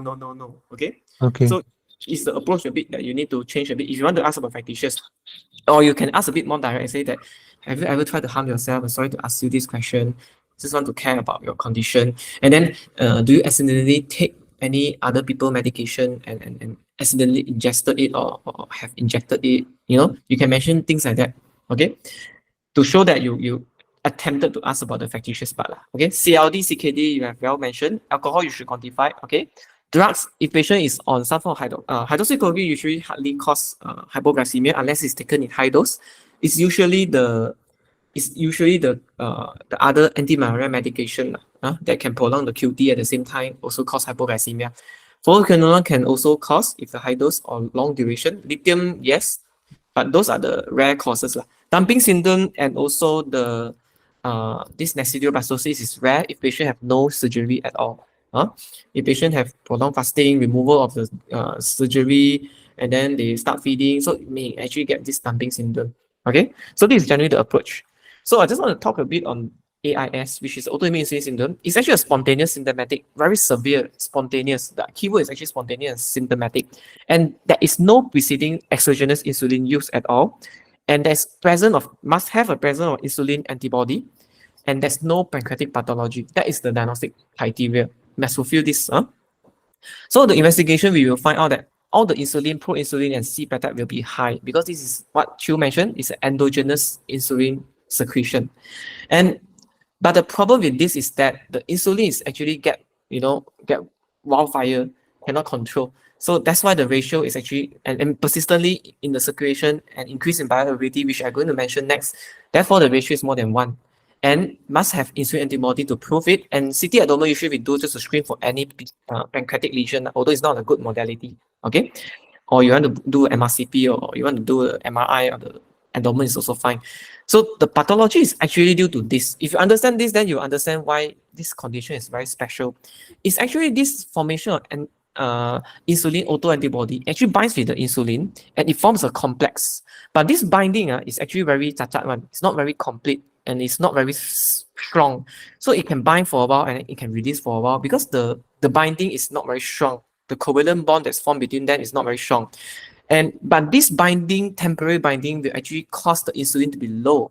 And therefore, the body detect when the insulin is low while the patient just have a meal, right? The sugar is high and insulin is low, right? So what the body response is going to do, the reflex action is to produce more insulin. So the more insulin, that's why this actually happen more at the postprandial stage, in which you stress the body, you give more sugar, the sugar is high, and then this high sugar triggers more insulin production. And more insulin production leads to more binding of this autoantibody to the insulin up to a saturation point in which the capacity is already exceeded. The IAA is already like, I cannot already, full already, cannot bind already. So what happened next is the main part. Okay, this is actually the point that this insulin will get released. It's like everything full already, right? Then the IAA decided not to bind, just release everything. So this massive storm of insulin is going to be released into the circulation again. I mean, they are all in the circulation. It's just that it's because the insulin is bind to this antibody, that's why it cannot exert its action, right? So imagine when the antibodies start to unbind and this insulin will react into the circulation and therefore will cause hypoglycemia, okay? Spontaneous hypoglycemia, okay? But the problem is that they will not release everything at the same time. They will release a bit and then form back a bit, release a bit and form back a bit. And therefore, they actually cause persistent hypoglycemia because the insulin forever high one. Depends on the sugar level. If sugar level is high, then the insulin level will continue to produce more, and then at the same time they will bind more, and after that they release again, and once they release, the sugar will go low. Okay, they go low again, then they will release more. Okay, so this is like a very persistent thing. That's why it's quite interesting entirety. And how do we manage that is to withdraw the potential drugs. Certain drugs that contain sulfur hydride, which is like metimazole, carbimazole, they can potentiate this production of autoinsulin production. Okay, or it can also associated with some other autoimmune disease like Graves' disease, for example. In this patient, it's actually not Graves. We are not sure because not worked out. But the key point is this patient is actually euthyroid. Okay, that means the disease is under control. So you can also mention that this is some autoimmune association. Patient can have type 1 DN at this age, which is a bit unlikely. But you are right when you mention some form of autoimmune relationship between them. Okay, it's just that the point that doesn't tally is the sugar. I mean, the thyroid status is euthyroid. Cannot, disease is well controlled. How can this induce the immune dysfunction, right? So another thing is, therefore, if you understand the pathophysiology, our job is actually to prevent the surge in the glucose and the surge in the insulin, right? So you have to give a frequent small meal and avoid those very hard to digest things. Or what I should say is to avoid those things that can absorb directly and release directly. So you want to promote those polysaccharide that takes time to digest instead of like monosaccharide that can straight away convert into sugar straight. Okay, and so therefore there's also a role to give like things like acarbose to inhibit the intestinal glucosides to prevent the carbohydrate absorption to be so fast, delay the absorption. Okay, and all those immune suppression like plaques, rituximab, steroid, all those just to reduce the antibody titer. You can see that overall all these condition is actually try to reduce the severity and support the patient. Eventually, this condition usually self-limiting and it will resolve by 3 to 6 months. Once you remove the triggers or the associated autoimmune disease, make sure it's in remission, then it will be removed. So that's why this entirety of syndrome is actually very interesting to know. Okay, so this is what we mentioned just now. When you have a sugar, so when you have a sugar load postprandially, so the sugar will go high, and at the same time insulin will go high, and this insulin will be bound by this is the total insulin, which it also include the bound insulin to the IAA complex, right? So the bound, actually the free insulin is so low, and that actually triggers the insulin to produce even more. So eventually up to a point of saturation that the IAA cannot bind more insulin already, they will start to release.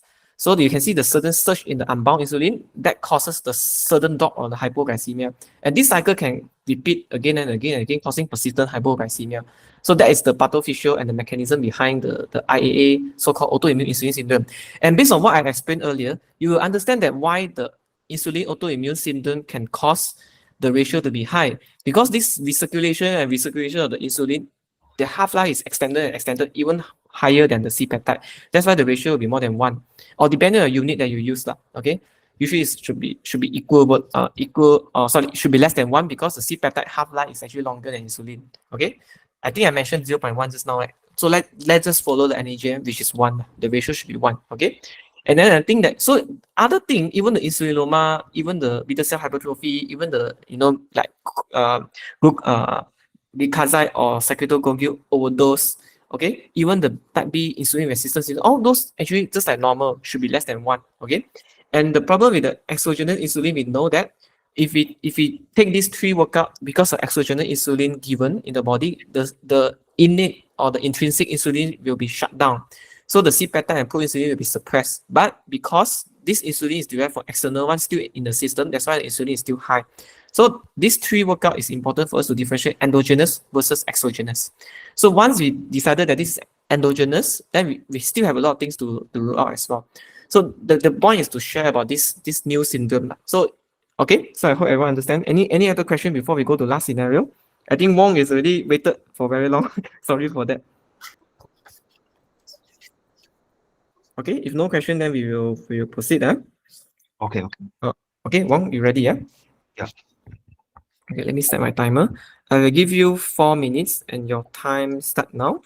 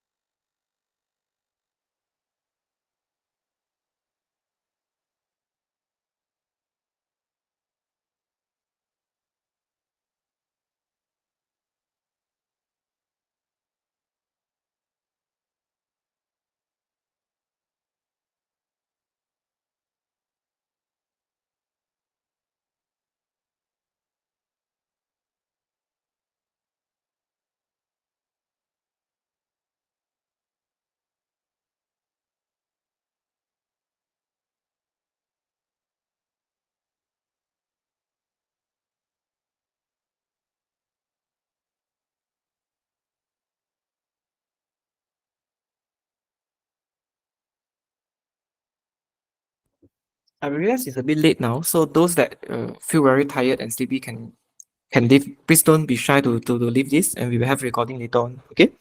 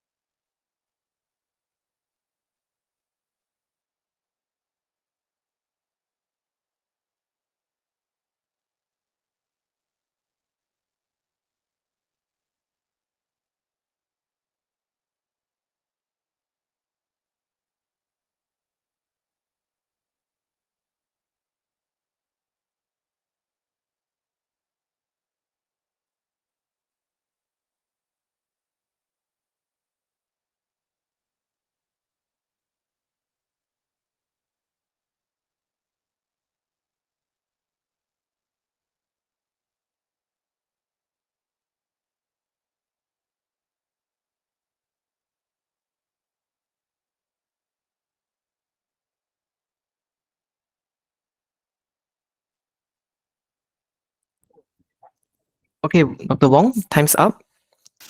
You may start now. This is Mr. Lee. Hi, good evening. I'm Dr. Wong here, one of the doctors in the medical clinic today. Can I confirm your name and age, please? Yeah, I'm Mr. Lee. I'm 54 years old this year. All right, sure. Hi, Mr. Lee. I just noted from the note that I know that you are having problem with bilateral hearing loss. Can you tell me more about this?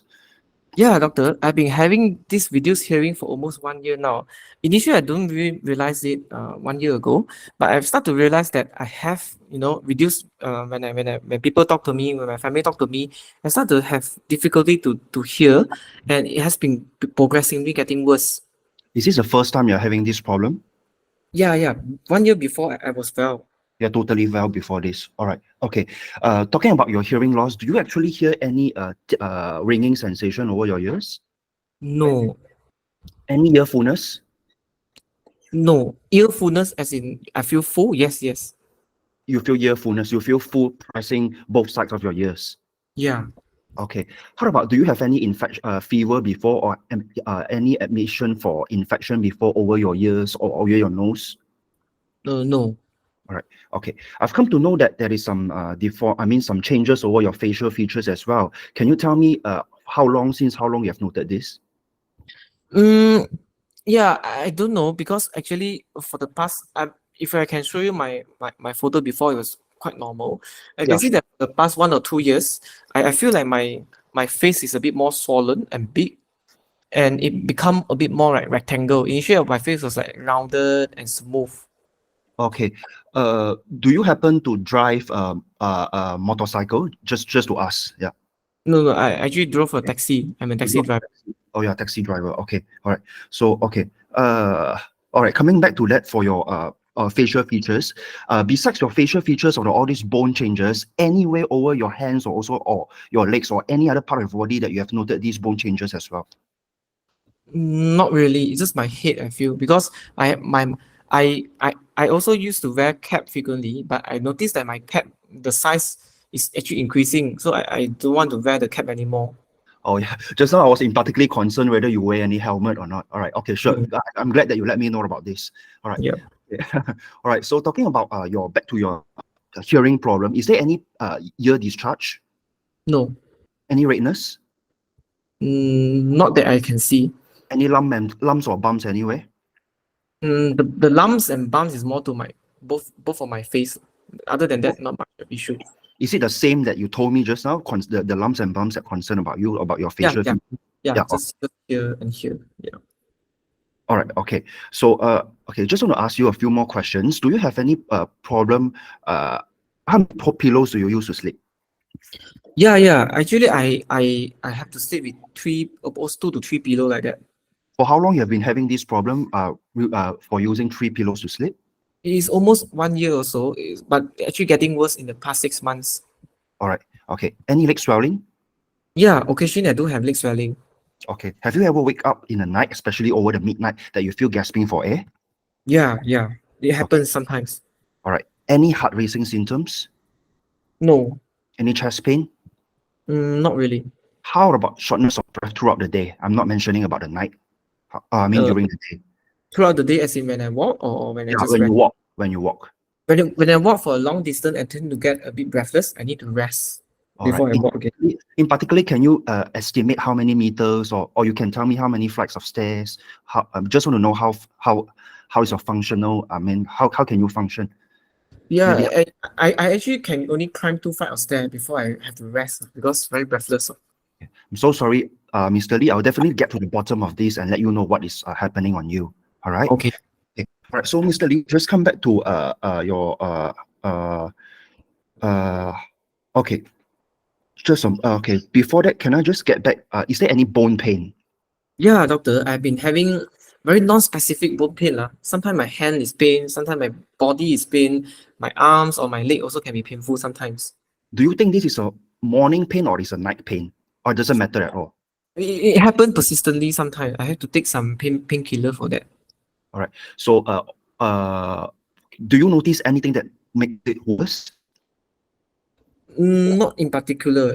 Whether I move or not, whether I do anything, is still, I mean, on and off is still there.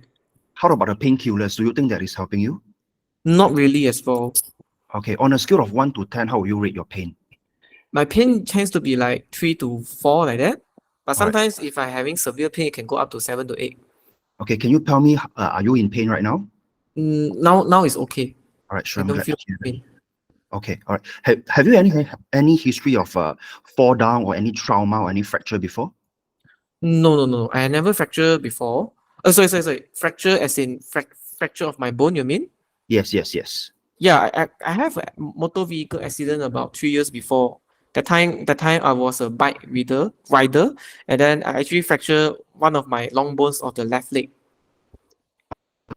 So I'm sure that you were admitted, isn't it? So and Yeah. I've put on some metal to fix the bone, and now it's already better. I can Okay, walk so already. after that you feel like you are better in battle strength in walking. So you Yeah, still yeah. can carry your usual Mm. life. I'm glad to hear that. All right. So I'll just have a few more questions. Okay. Do you have any past medical history that I should be aware of? I got diabetes. I'm on metformin 2 tablets twice per day only. Okay. Are you on regular follow-up? Only under the clinic kesihatan follow up. Go Okay. about 3 to 6 monthly like that. Okay. What's your latest HbA1c?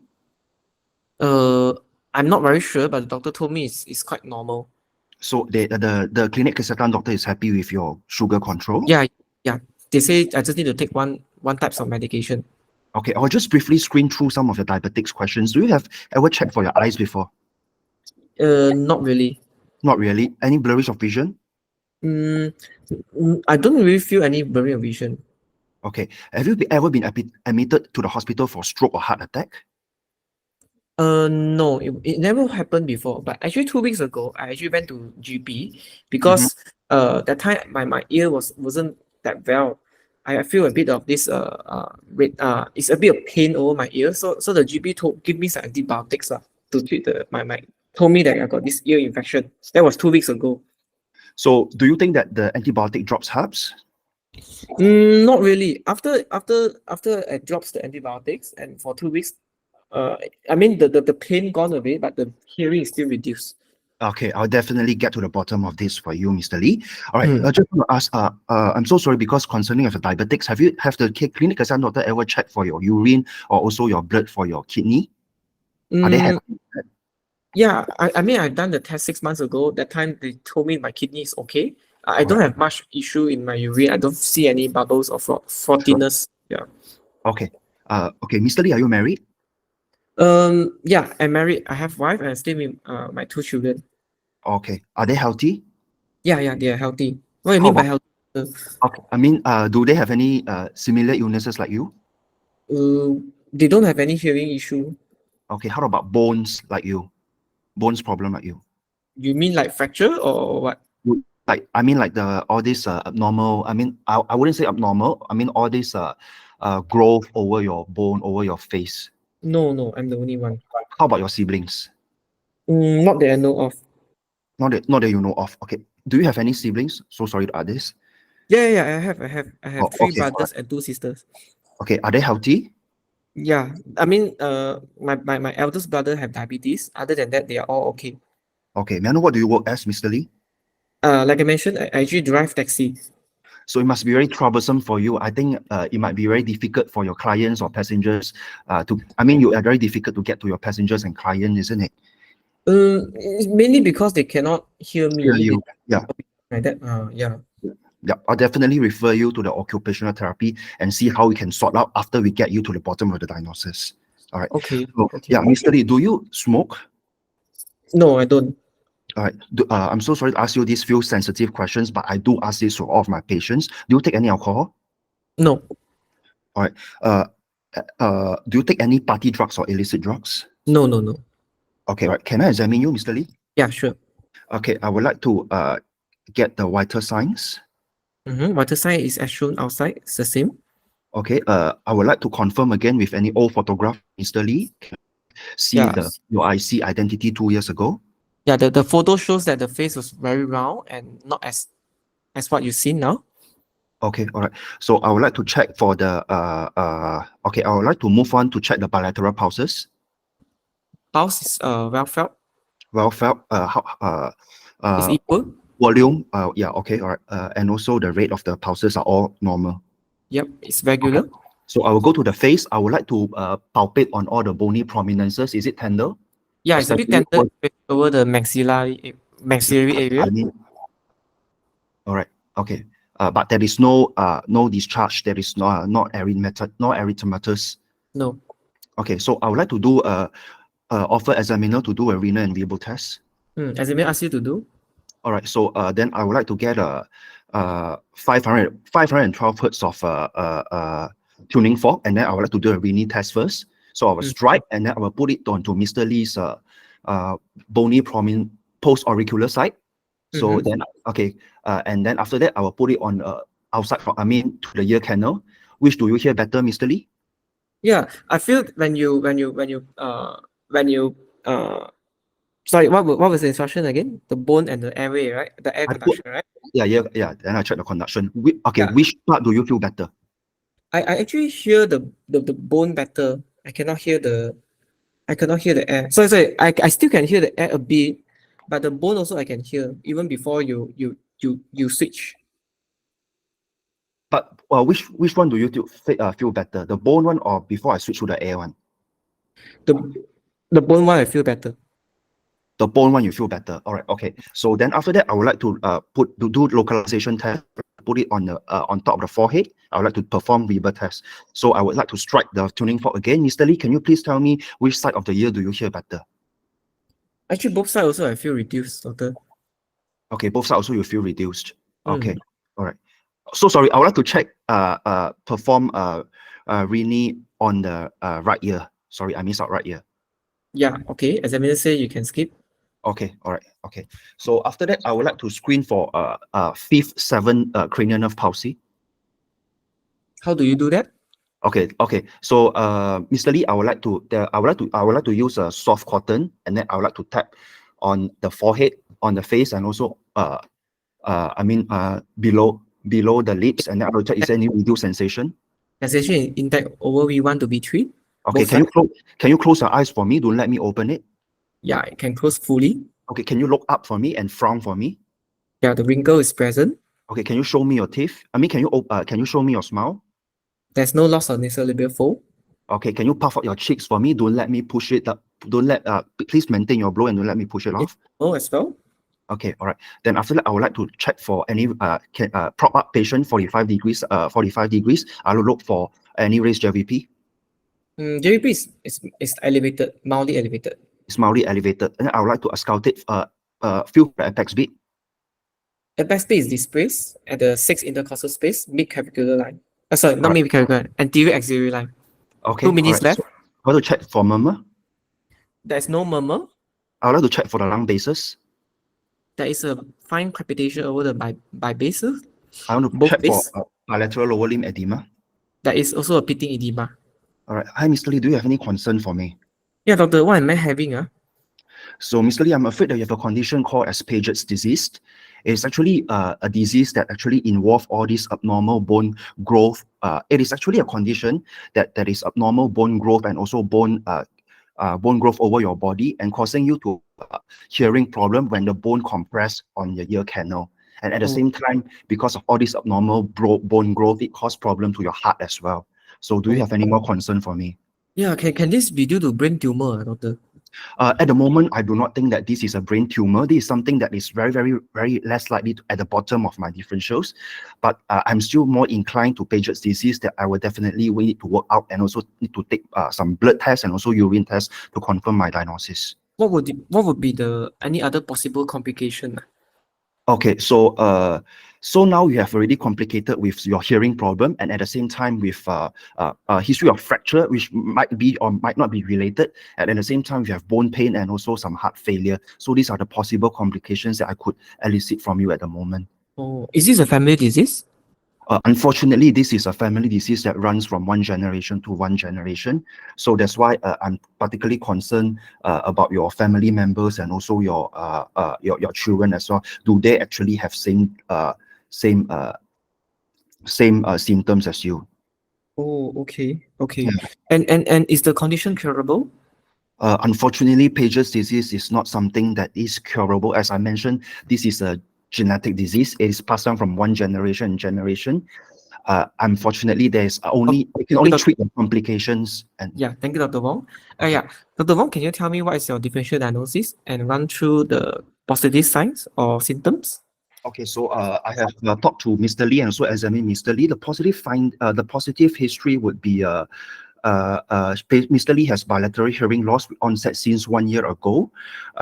There is no other features suggestive of any ear infection or sinusitis or any tumors, or any SOL. So he has complicated with fracture 2 years ago over the long bone, and also has currently is in complicated with heart failure symptoms with PND, orthopnea, and bilateral lower limb swelling, and complicated with bilateral conductive hearing loss. Okay, all right. And what is the differential diagnosis? So putting up all these together, I would like to give Paget's disease as top of my differentials. My other differentials could be because Alport syndrome, but this will be less likely, and also it could be because of diabetic bilateral diabetic eighth nerve palsy, bilateral. Any other differential?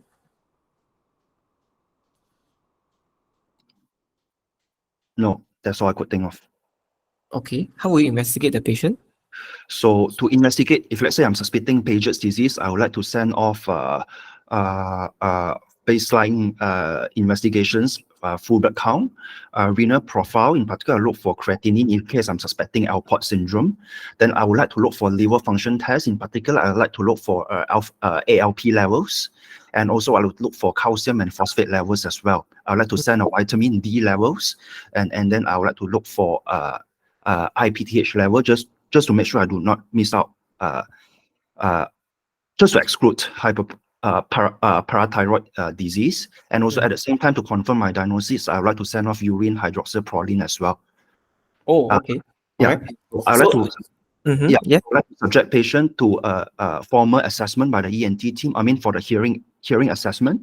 And also at the same time, patient will benefit from an ECG, echocardiography, and also yeah, I think that's all I could think of. Yeah. How about fracture? Do you, previous fracture, do you want to assess the bone? Because from the history wise, but of course, given more time, I would like to inspect the long bone fracture because I only get the history without examining the scar. But given more time, I would like to examine that as well. Oh, but Mr. Lee has bowing of bilateral knees as well. Yeah. So yeah, he has knocked out knees. So this is one of the positive findings as well. Yeah. Okay, all right. And like I mentioned just now, if you're thinking of fracture at this age and you worry about osteoporosis, right? What other tests you want to order? Oh, thanks for hinting. I'd like to order a DEXA scan as well. Okay, all right. And how do you confirm your diagnosis? Is there any way to confirm a diagnosis? Urinary hydroxyproline, if I'm not mistaken, but definitely I think Mr. Lee will benefit for genetic testing, but this will be beyond my expertise because it's autosomal dominant disease. I think you can, right? From a genetic counseling. Yep. How will you manage the patient? So because, as I mentioned, this is a genetic disease, so patient education and counseling of his disease, referring to the genetic counseling, and also to screen the family members will be very important. And also to target Paget's disease is about treating complication rather than disease itself. So in his case, I'm particularly concerned with his heart failure symptoms. So I like to refer a multidisciplinary team involving the cardiologist, the ENT team, and also possible the to assess for any fractures. If there's any, I would like to refer to the orthopedic teams as well. So then at the same time, I would like to refer Mr. Lee to the occupational health therapies. Is there any job physiotherapy and also rehabilitation and also occupational therapy, just to make for any job readjustment in view that he's a taxi driver and he has difficulty in getting orders and also listening to his passengers and clients. So this will be one of my concerns to him as well. Sorry, what was your medical management again? My medical management would be biphosphonate. Okay, and is only is only biphosphonate for this patient? That's the only medication that I could recall at this time. Okay. Okay, time's up. Thank you. Okay. Where is your 4 pillars of heart failure management? Oh yeah, heart failure medication. So you must remember, you must mention the full diagnosis of the scenario. Okay, I know the main dish is still the patient's disease, right? But then you have to address and manage the complication as well. You cannot just leave. Like, let's say patient got steroid-induced diabetes, you mention about withdrawal of steroid, but you don't manage how to manage diabetes, which is also like incomplete, right? So you must make yourself perfect. You must mention about the management on the heart failure, or optimize the heart failure by giving you 4 pillars, all this. Okay, so you must be complete. Okay, so how do you find about this scenario? I didn't know it was pages. I didn't write pages outside. But how come you think of pages? Because you saw the photo, right? Yeah, I saw the photo. Yeah. Okay. So actually, another thing I want to convey in the message is that the Rini and Weber test may not be helpful in bilateral hearing loss. You realize that, right? When you do a Weber, there's no lateralization. And even if there is a lateralization, it only suggests which ear is less affected, right? Yeah. Yeah, but actually the point is that the patient's disease, other than having sensory neural hearing loss, patient can also have conductive hearing loss. So that's why purposely just now I also start a bit, because I purposely want to give you conductive hearing loss finding instead of sensory neural. But the idea is actually they can have both, they can have either one.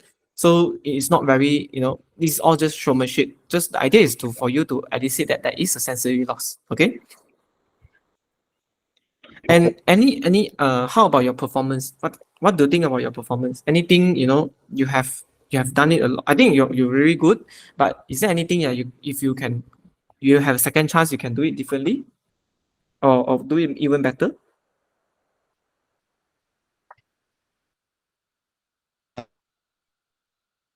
To examine early, I would like to look for the up knees. I would like to check for the knee wobblers. Then I would like to check for any deformity over the lower limbs. Yeah, probably not so much of checking for the knee, just inspect and comment. But another thing is you can always feel for the bone tenderness.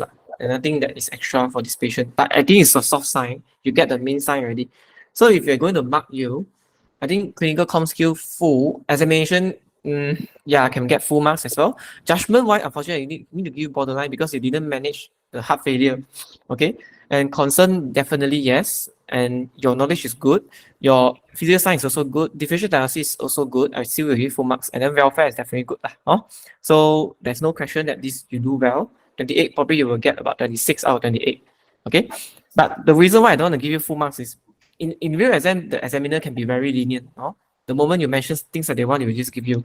But the moment the reason I don't want to give you full marks is that we always need to have this kind of space for improvement thing. You need to aim yourself, train yourself to become very, very perfect already. Then you go exam, even if you miss out like the 10% or 20% of the things that you should mention, also is still fine. You will still get the full marks. So that's the reason. Okay. So this is just I think you got most of the thing. I didn't want to calibrate the gallop rhythm because it's going to be like too template. But I did calibrate a bit of this heart failure. And you want to also, something extra that you want to mention is a fundoscopy to look for optic atrophy. UFAM also, if let's say this patient are predisposed to those calcium stone formation. They are calcium stone formers. So you may also want to check for UFAM as well, but not very important. The differential diagnosis that we are looking at is actually those systemic granulomatous disease or like protein accumulation like amyloidosis. Those are the one that is important.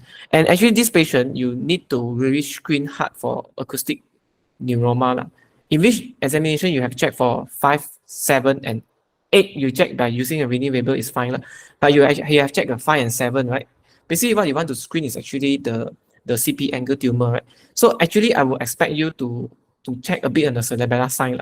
At least do a, check for particularly check for nystagmus, and particularly just do a dysdiagonal kinesia or the dysmetria, just to rule out that acoustic neuroma. Okay, OI and also the osteoporosis and also the Alports is very rare because they're generally very young patient. This is like middle age already. And then you have mentioned most of the thing correctly. And the bone scan is also another option to mention.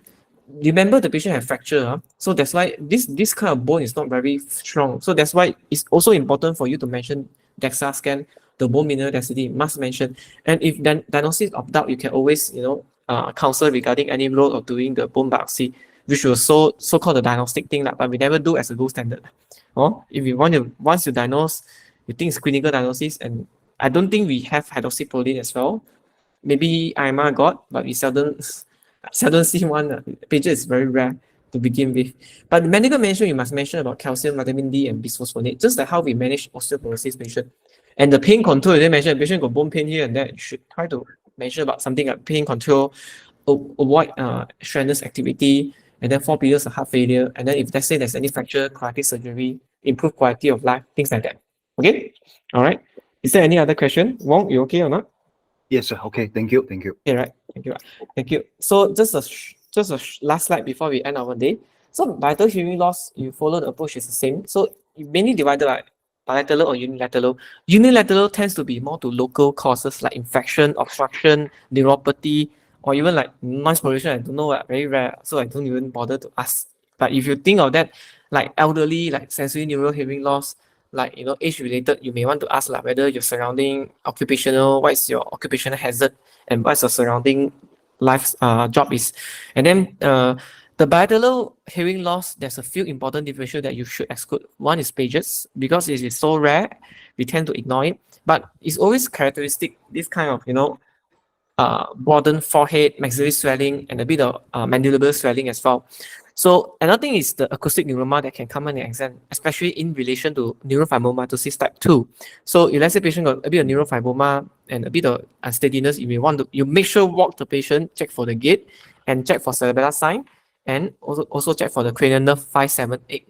Okay, 5, 7, oh sorry, 5, 6, 7, and 8. The 6 gone already. So another thing is the Alport syndrome. I don't think it's easy to find this kind of patient, but something in back of our mind when you hear about hearing loss. Amyloidosis as well. And don't forget systemic issue like drug toxicity, gentamicin toxicity, vancomycin. That's why the patient may have no sign one, but it's a surrogate and they may fake a sign like, you know, hearing loss, sensory neural when you do a viewing waiver. So you must also elicit that can this be due to drug induced, like this patient is a red herring because the so-called ear infection, gentamicin use is like 2 weeks ago, but the symptom is already there for 1 year. So you need to really elicit the timeline properly in order to know what is the cause. And then most often patient may have some underlying conditions subject to chemo or even radio, things like that, need to exclude as well. And certain things is rare, like those medication. Remember our furosemide high dose, some patients actually can develop hearing loss. This is one of the things that we should counsel them. And it can happen when certain patients, I remember, start high dose furosemide, especially those CCF patient, right? Very failure. After some while, I talk to them, very cannot hear one. You know, then you're like, is your hearing always like that? No, just admitted and become like that. But they tend generally after you taper or wind down, they should get better. But some patients they didn't get better, so you have to be careful. Loose diuretic like furosemide can also cause hearing loss. Okay, and some other medication rare. Okay, that's all for today. Is there any other question? If not, we will.